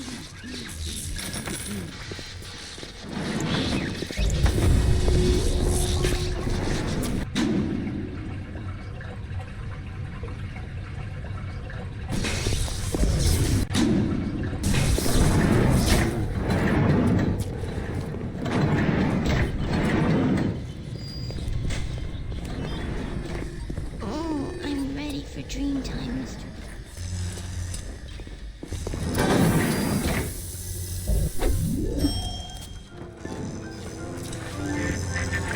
You know, you should be thanking me. I brought you here. I showed you who you are. Nobody never told you nothing but lies till I come along.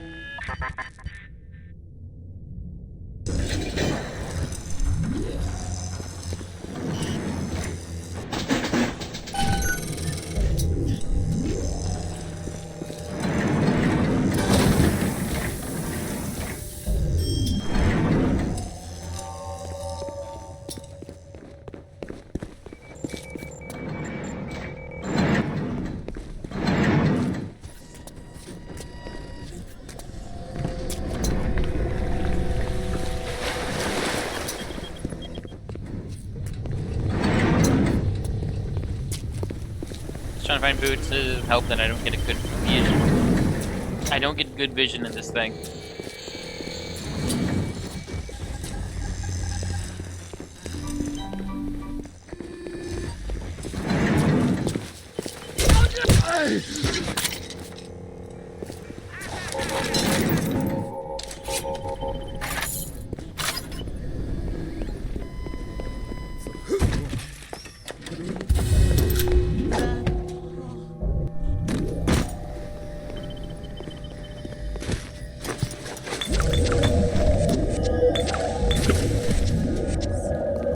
Relieved.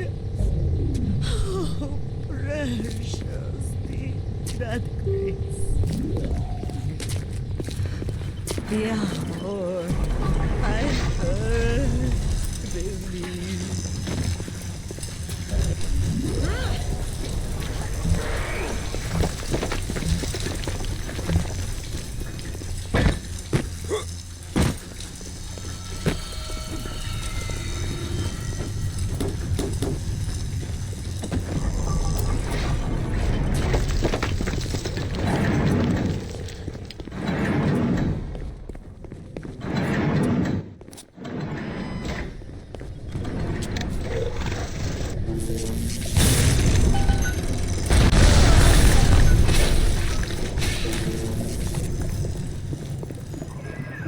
The boots. I was sure the boots would be here. Oh, shit. God damn it. The Big Daddy boots need to be shipped here, not the damn library. What kind of idiot is Ryan hiring nowadays? This kind of bullshit never happened on the Fontaine.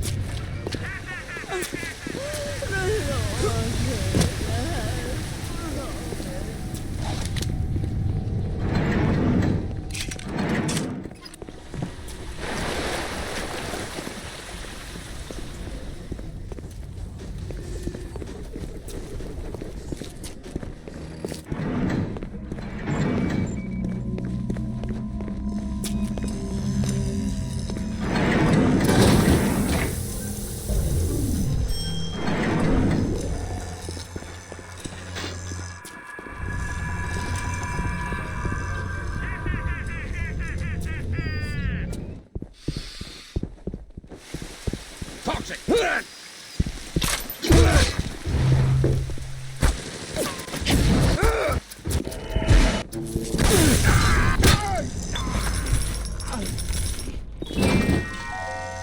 A rapture reminder.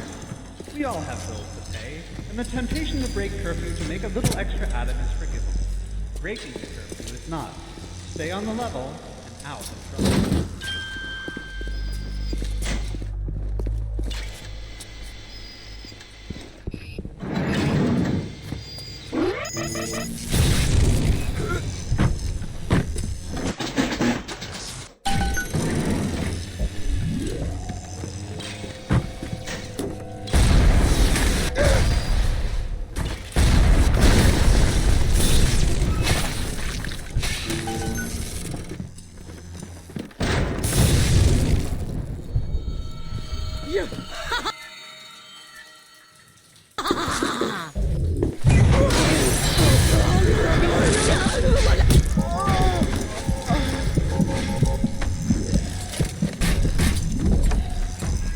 Look at you.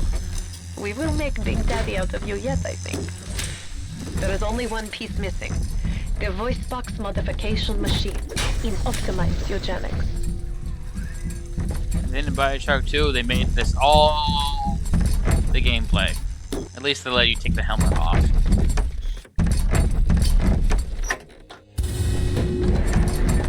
Where you gonna go? Your life? Your family? A fairy tale, kid. No more real than something you read about in the Saturday Evening Post. Poor bastard. A motherless freak, whipped up in a half-baked science experiment. Has Mother Goose really got her hooks into you? You can knock Ryan all you want, but the old man was bingo on one point of fact. You won't even walk till somebody says go. Welcome to the circus of Mount. Come back when you get some money, buddy.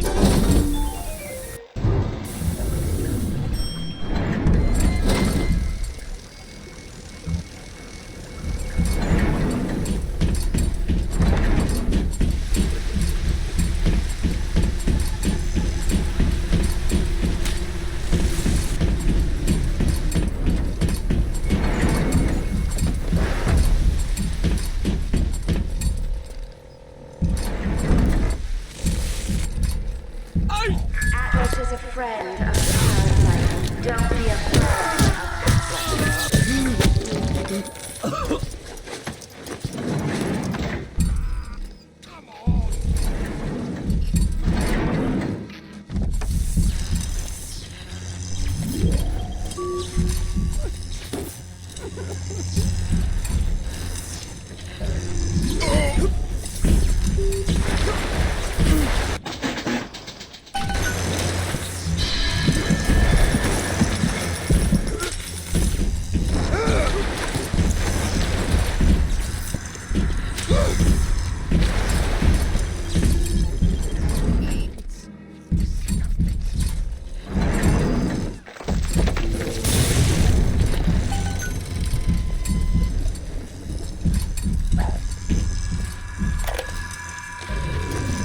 Ryan sent over extra munitions. He must have suspected trouble. I will lock them up near the protector labs and set the code to 1921. I don't expect we'll ever be needing them, though. Once Big Daddy is ready, nobody cross the Big Daddy.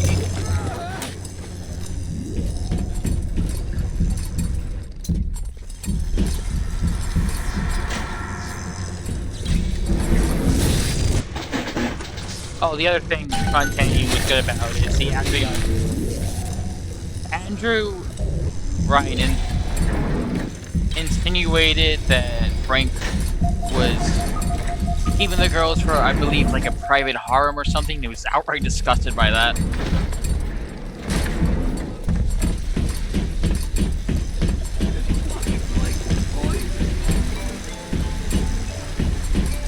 Where the fuck is this voice box thingy? Live subject testing.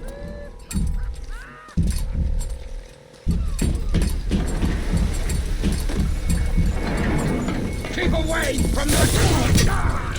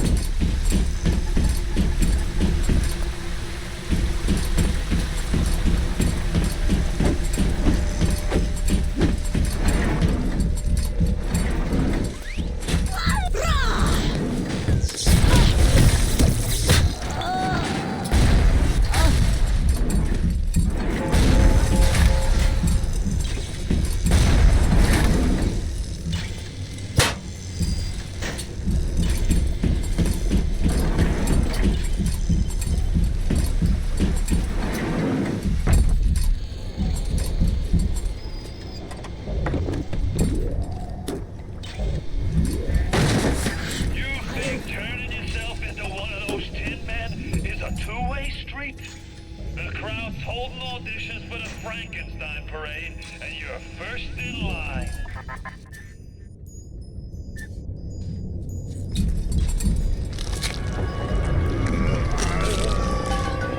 Yes. Now this is a Big Daddy. Are you ready? Now go to the Little Sister vent by the proving grounds. I got Rapture now. I've got the Atom now. You think that tin suit's even half enough to put the steer in me?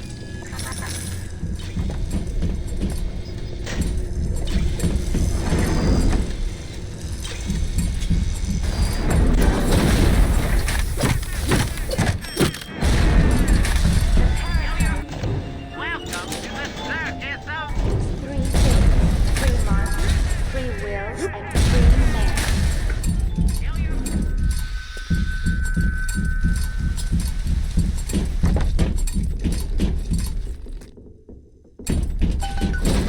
You need to bring them out of hiding and then they'll let you in the door. Go on, hit the vent with your wrench. I need to put something away before I do that.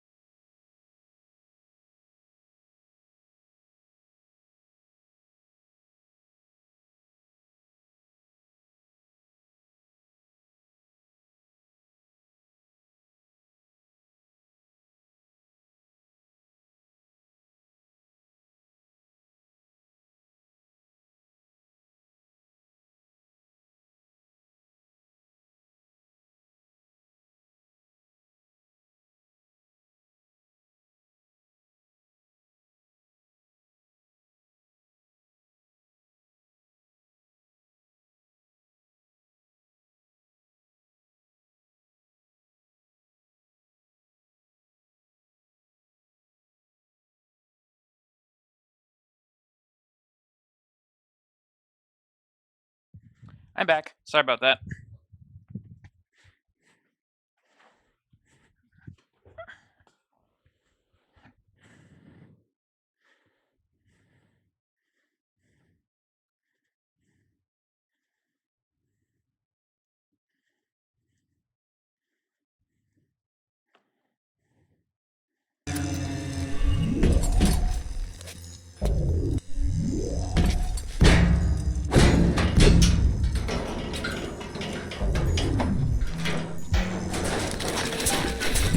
Und bitte, es would mean very much to me if you will be gentle with the girl.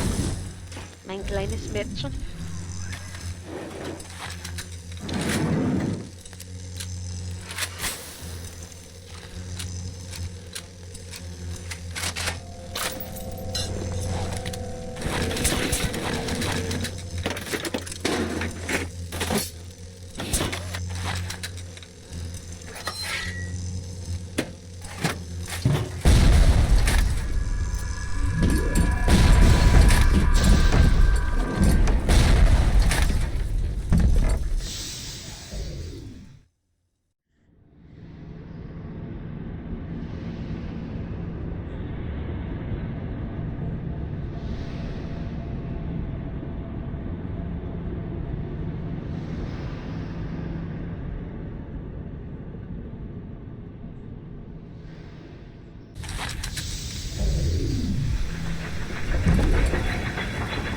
The little ones will lead you to Fontaine. Hurry, Mr. B. But you must protect them.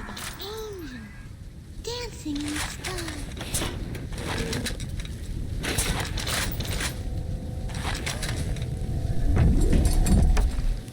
Hop, hop, Mr. B. No time to waste. That's it, kid. It's been a long road. You don't even remember most of it. Put you on a silk when you were just a sprout.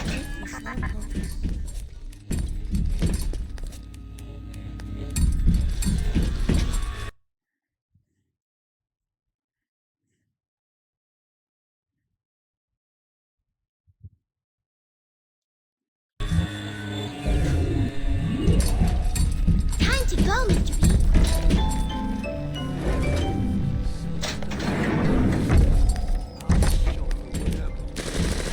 Hurry, Mr. B. Angel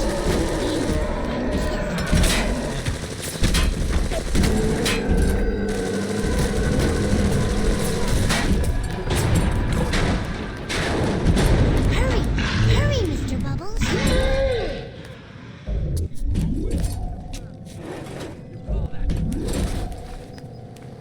Time to go, Mr. B.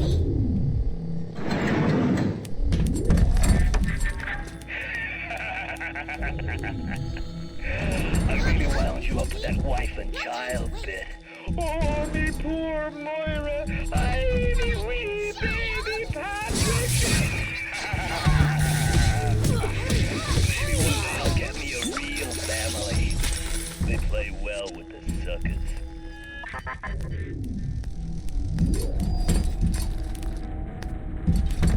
Don't be a slowpoke, Mr. B. Angels don't wait for slowpokes.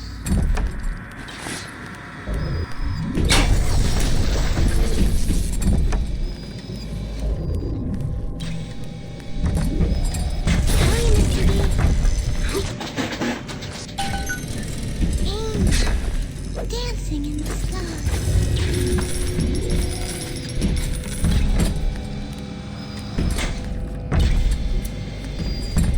Look, Mr. B. Hurry, Mr. B. Even though they are physically free as they live together, Suchung's mental conditioning still holds them to their terrible past. It was For sins such as this, we can never atone. Hurry, Mr. B. I can see the angel dancing in the sky.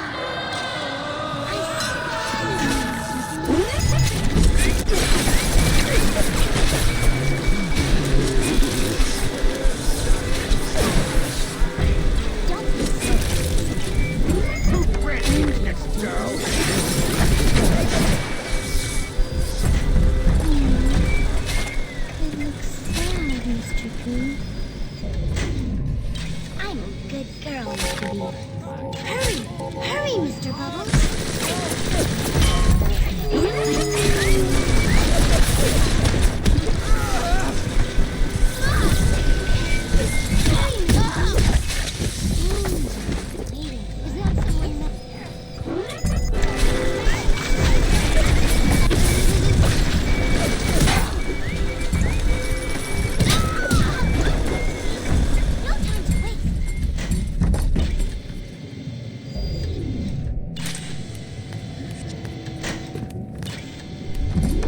Time to go, Mr. B.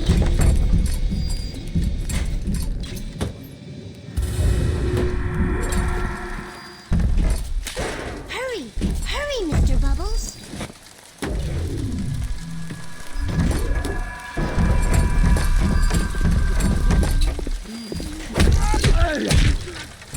Time to go, Mr. B.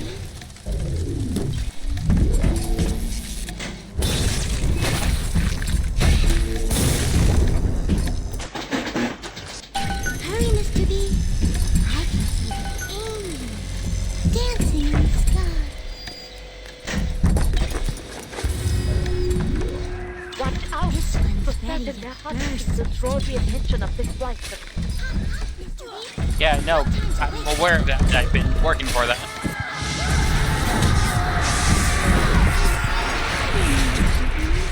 Oh, that's a flamethrower. Hurry, Mr. B.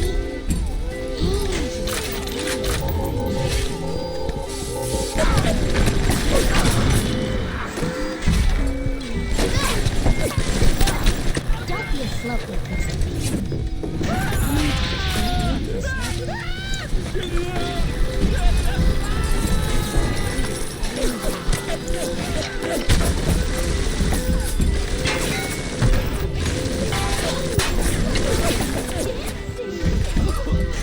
Hurry! Hurry, Mr. Bubbles!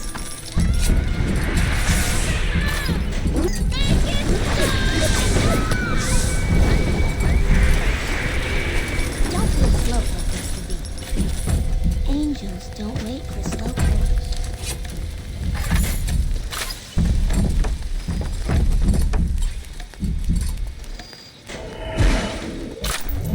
Time to go, Mr. B.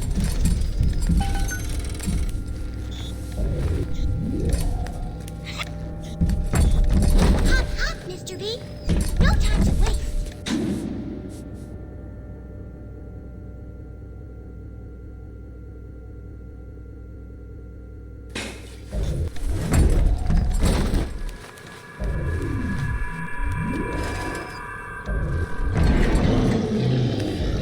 Hurry, Mr. B. I can see angels dancing in the sky. Is on the rise.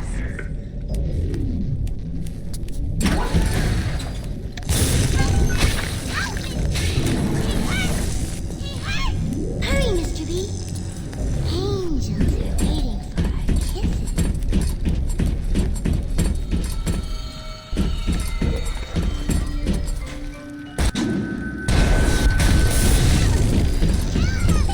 Don't be a slowpoke, Mr. B. Angels don't wait for slowpokes.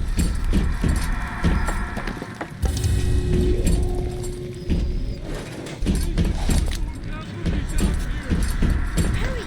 Hurry, Mr. Bubbles!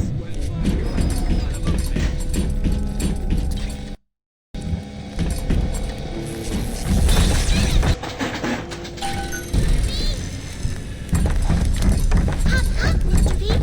No time to waste! I get out! Please!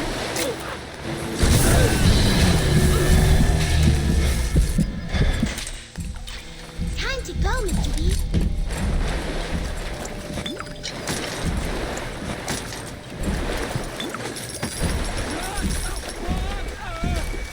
Hurry, Mr. B! Angels are waiting for our kisses.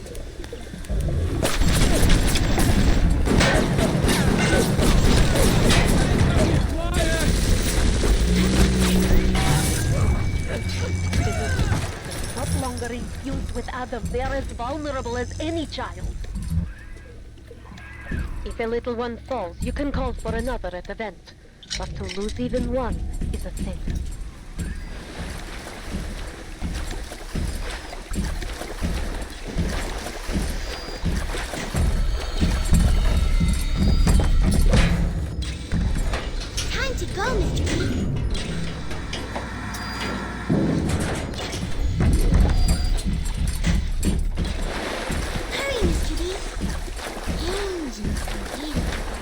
of like escort missions where I can't send someone to be in one location and deal with the rest.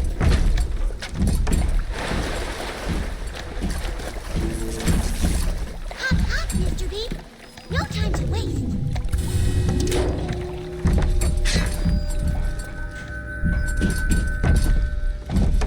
Hurry, Mr. B.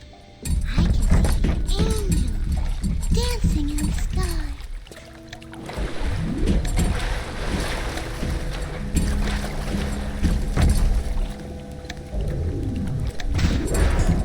Don't be a slowpoke, Mr. B. Angels don't wait for slowpokes.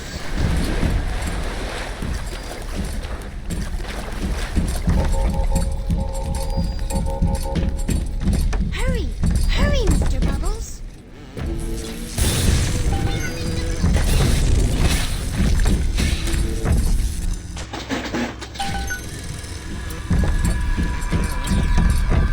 Don't be a slowpoke, Mr. B. Angels don't wait for slowpokes.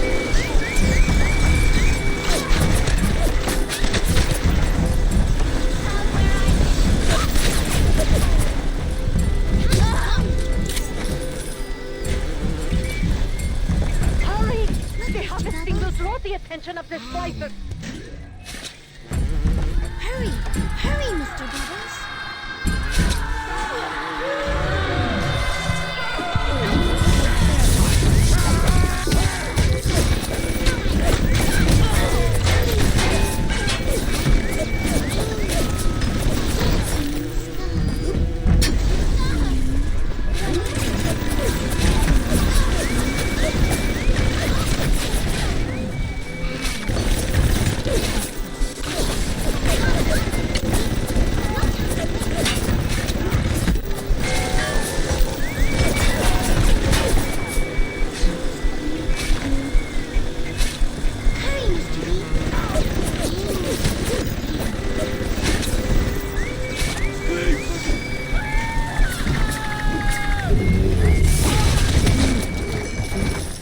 Hurry, Mr. B. Hurry, Mr. B. I can see the angels dancing in the sky. I hope this doesn't affect my ending.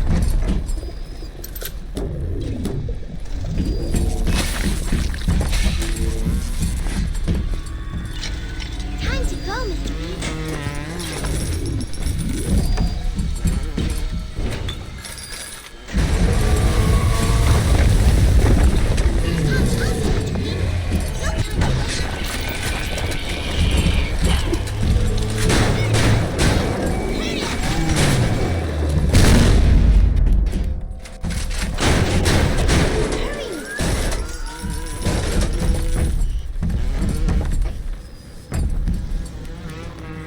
Better for the girl to be with you.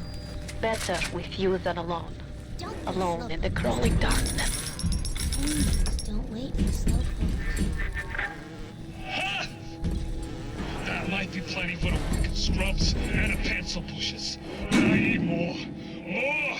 I want a splice! All right, I'm left to splice with!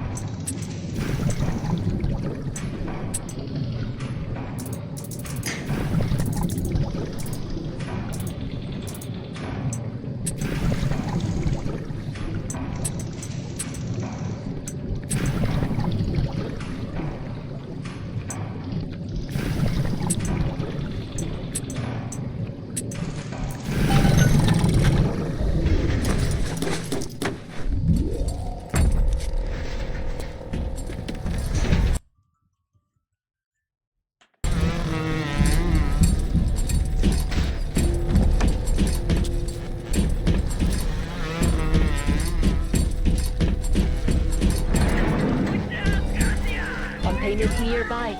You are reaching close now. There. You must use the needle of the little sister to drain Fontaine of his avatar. It is the only way to do it.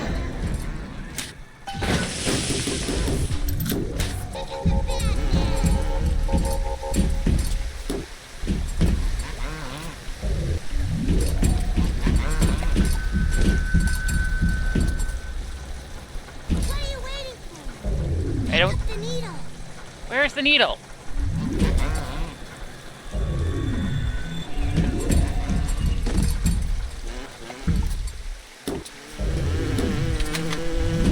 Here, take this. Oh, I'm blind. Stick it in the sand. Fontaine waits above. There will be no going back from here. Make sure you are ready to face him before. The illusion of choice is a thinly veiled dynamic that drives many single-player gaming experiences. And while many developers spend a lot of time trying to convince players that choice is real and authentic in their games, the truth more often is that choice is a superficial concept in gaming narrative. Bioshock confronted this idea head-on, searing into our minds a innocuous 3-word phrase with an unforgettable new meaning. Would you kindly?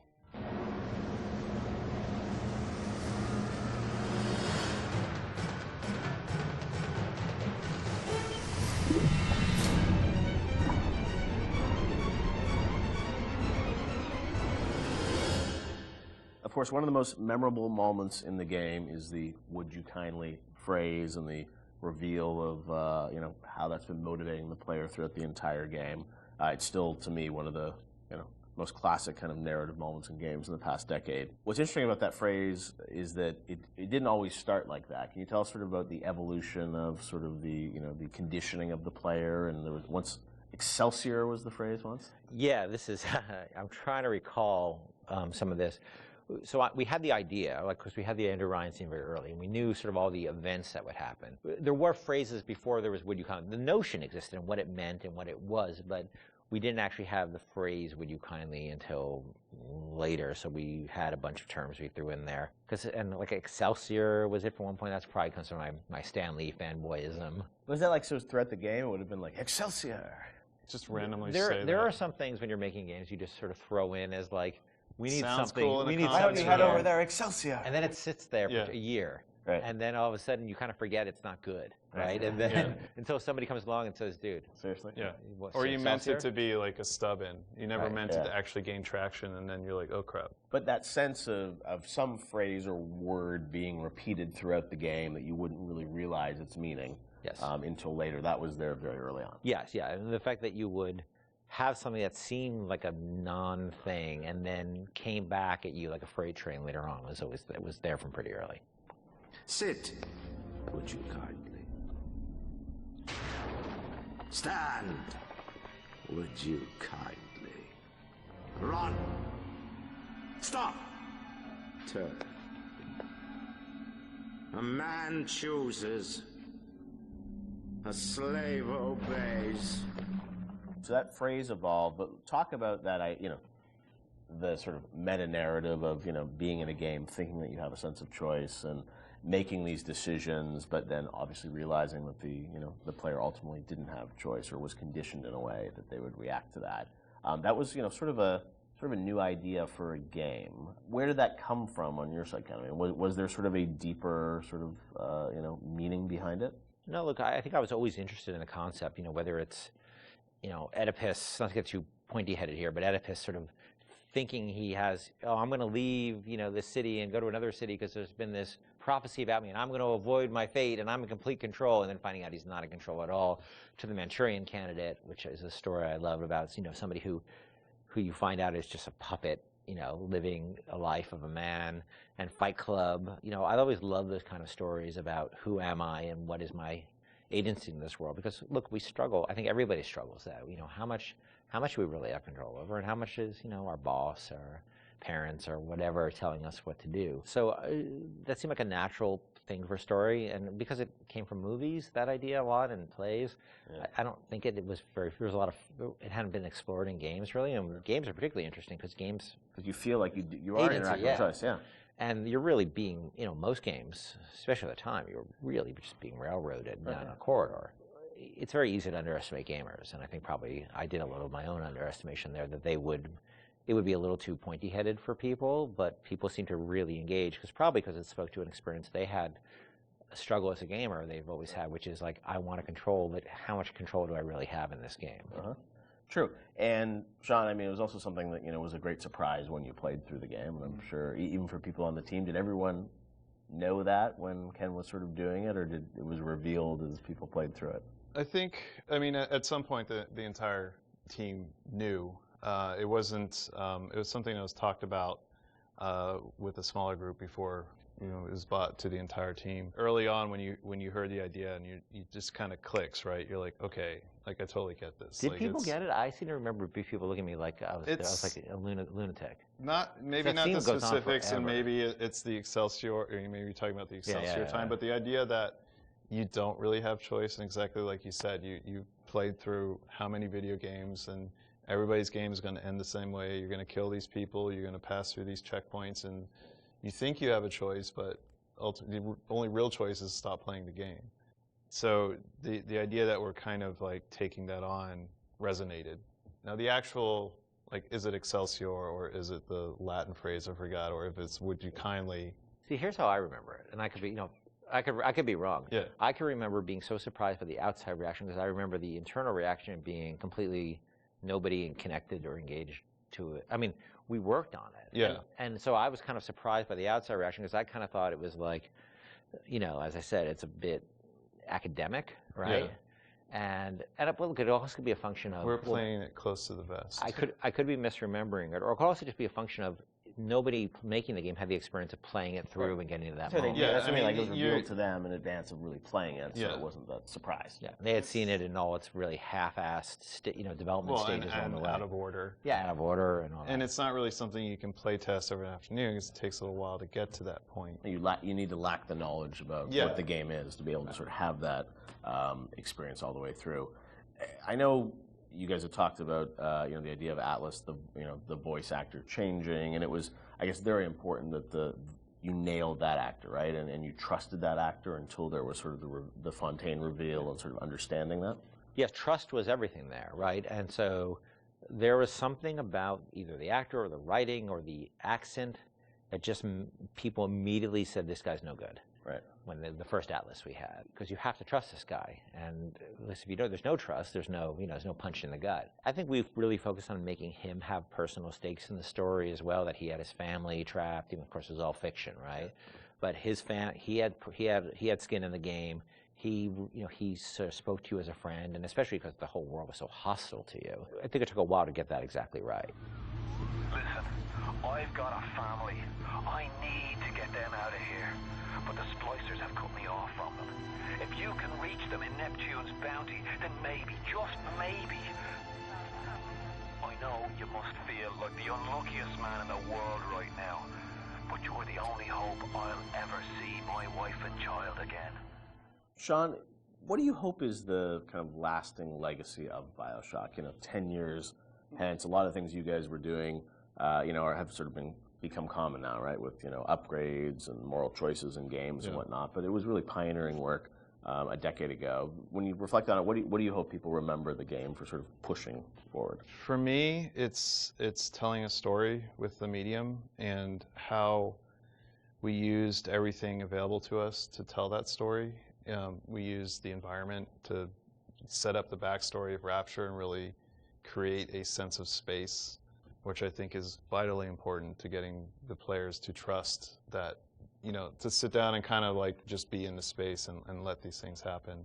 Even the radio logs, the rudimentary animation that we had at the time. I mean, we really sat down with the tools that we had and at our disposal and tried to tell a meaningful story. Maybe not meaningful, but something that would be memorable to people that they could take away and, like you said earlier, have that water cooler moment where they're excited enough to talk about it after they put the controller down. So for me, I think the legacy is that it was a story well told. For me, it was a sense of place, being like the Rapture is a real thing, even though it's not. It's actually a very crude, from the time, a relatively crude bunch of polygons and texture maps. It's only, the original game is only in 720, I think. And I played a lot of it when we were testing it on a 14-inch, SD television. That it still felt like a sense of place in the music and the characters, that it's a real place. And I think that my memories of the Bioshock games was that I take away that Rapture's a real place and Elizabeth's a real person. Those are the two sort of big things that stick with me with those two games. And that's sort of what I'll always, carry forward with me in my life. Bioshock is, it's a place, but as we saw with Infinite, I mean, it's an idea, and it's a sort of a type of game. I think a lot of people say, like, oh, this is a type of experience. When you think about, your career, where you guys want to go, I mean, that idea of those types of games, do you miss it now that you've sort of moved on to other things now, or do you feel like it's sort of, you've closed that chapter? I mean, it's always a part of what you do. Like, System Shock 2 was a part of Bioshock. But it wasn't System Shock 2. It was you're growing past that and trying out new things. I think Bioshock and Bioshock Infinite, and even going back to SWAT 4, those will always be a part of my experience as a game developer and what we're trying to do with the medium. So I don't think it's something that you just draw a line and say, we'll never return, because there's always lessons that you can learn and things that you bring with you to the next project that you're working on. I don't think the new game is going to, people are not going to be surprised that this game is their new games from us. They're going to see a lot of what we had done before in terms of world building and aspects of storytelling. The goal is to sort of, move away from the you really have no choice kind of thing, and that's a very, very, very, very hard problem, which we spent years working on. But we're building upon a foundation of stuff we've done before, just trying to go in a different direction with it. But it's always going to be part of our DNA. City where the artist would not fear the censor, where the scientist would not be bound by petty morality, where the great would not be constrained by the small. And with the sweat of your brow, Rapture can become your city as well. Moving on.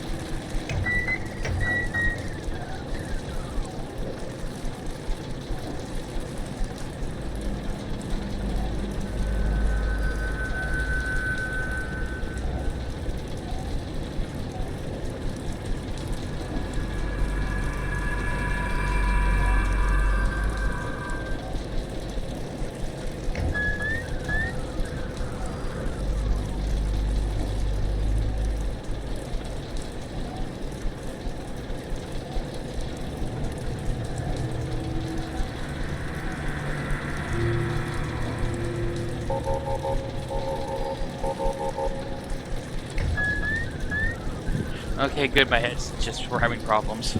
I was in a full-blown panic.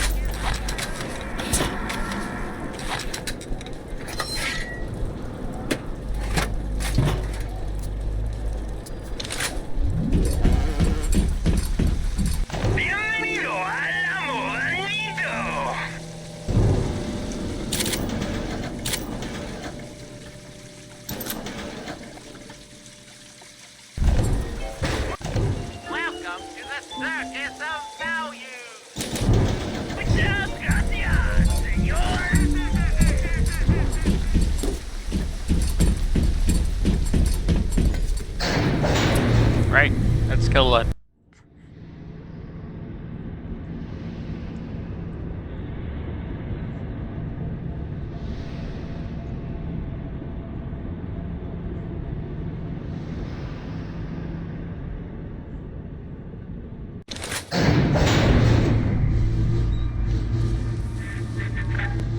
I remember when me and the crowd put you in that sub.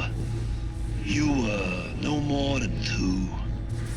You were my ace in the hole, but you were also the closest thing I ever had to a son.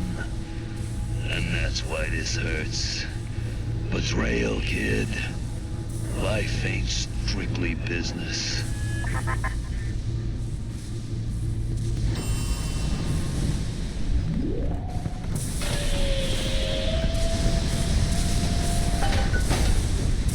Fontaine, you got ugly. Go! Go now! Hit him with the needle!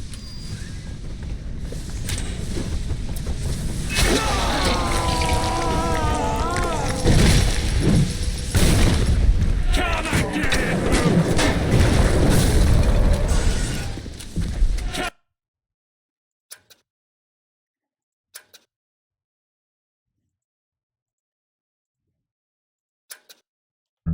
Come and get it, Luke! I'm ready for you!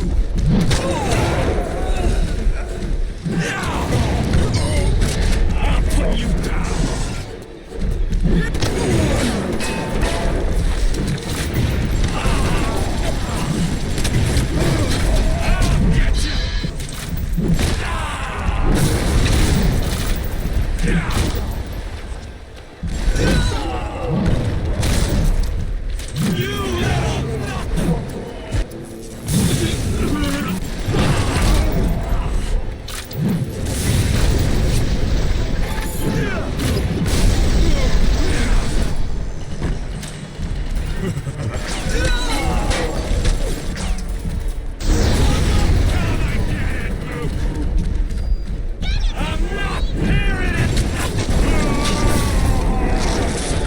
Need a minute.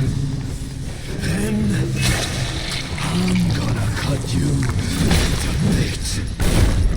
Come and get it! You think I'm alone in this world? I got more than enough mugs to watch my back while I recharge. Get back! Come and get it, Luke! Is that all you got?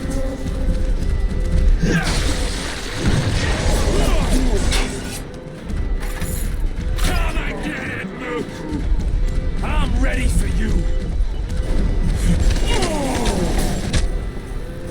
Come and get it, Luke!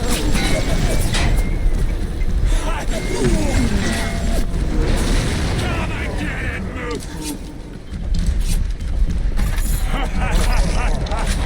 Come and get it, Luke! Is that all you got? You think it'll be that easy? Come and get it, Luke!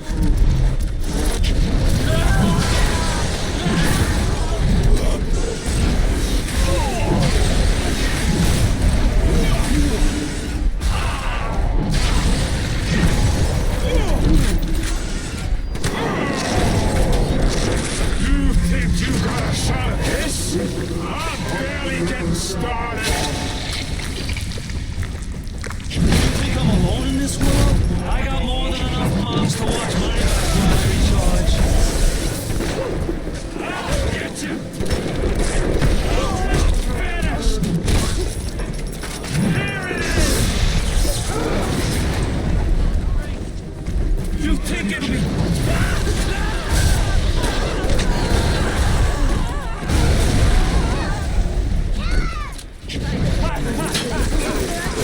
I'm ready for you! Come and get it, Luke!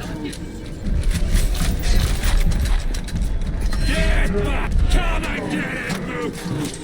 Is that all you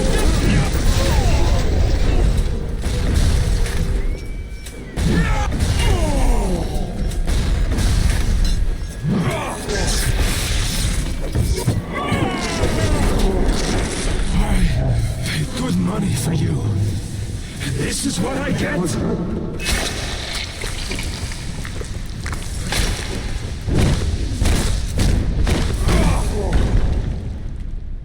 I had you built. I sent you topside. I called you back, showed you what you was capable of. Even that life you thought you had, that was something I dreamed up and had tattooed inside your head. Now, if you don't call that family, I don't know what is. And now,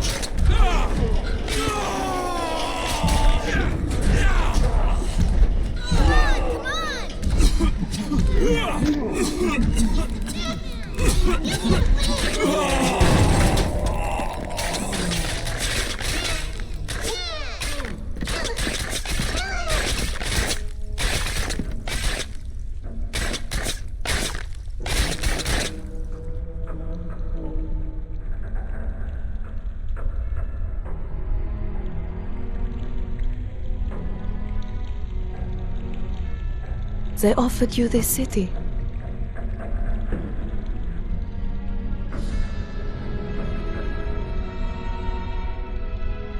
And you refused it. And what did you do instead? What I've come to expect of you. You saved them. You gave them the one thing that was stolen from them. A chance. A chance to learn. To find love. To live. And in the end, what was your reward? You never said. But I think I know. A family.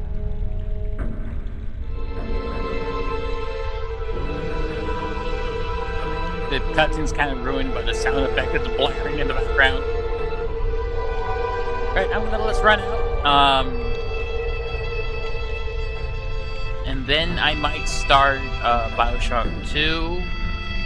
Yakuza Infinite Wealth is going to be on hiatus for a bit because I'm having problems with it, I'll be honest, it keeps crashing on me. I think I fixed it, but, you know, I still want some grinding to do. At the very least, I want all of Ichiban's jobs done before I worry about anything else.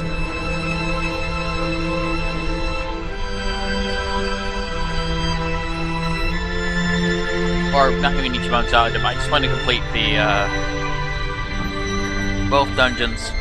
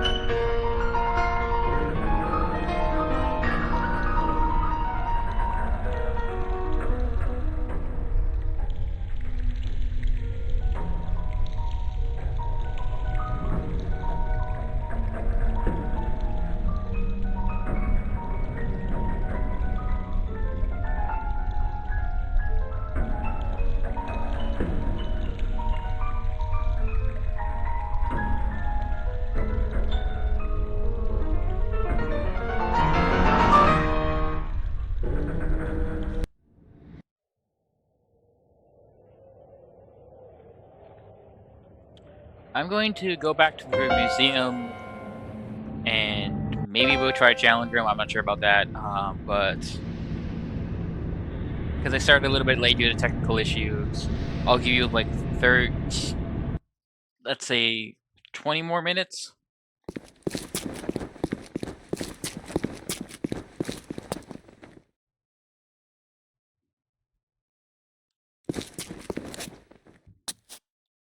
This is the cut Big Daddy mentioned in one of the commentaries.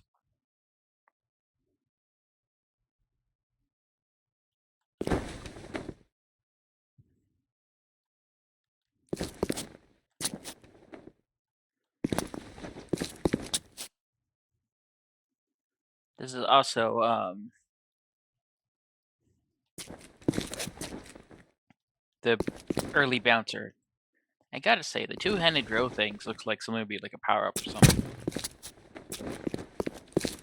The slugs.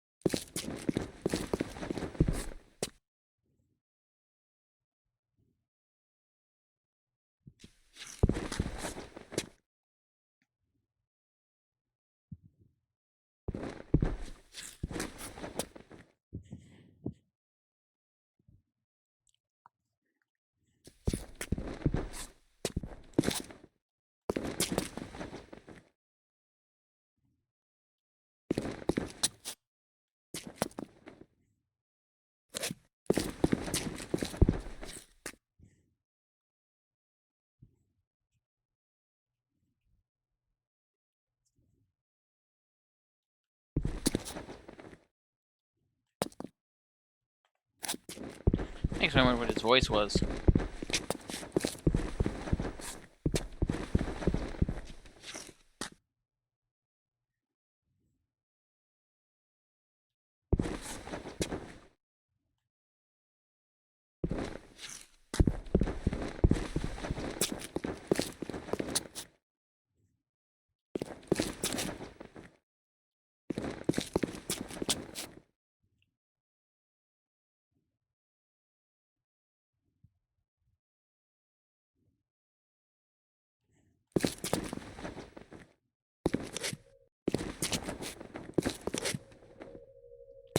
He gives me a bit of an idea of like waiters with the way his suit is, his pants are.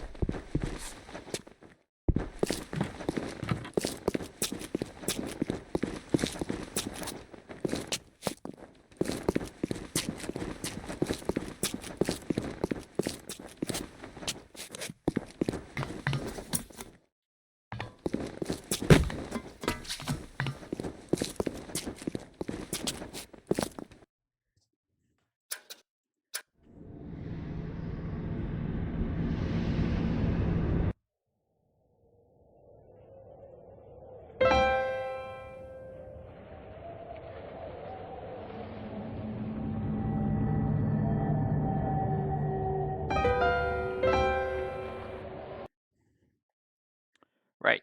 I'm gonna stop and then start switch over.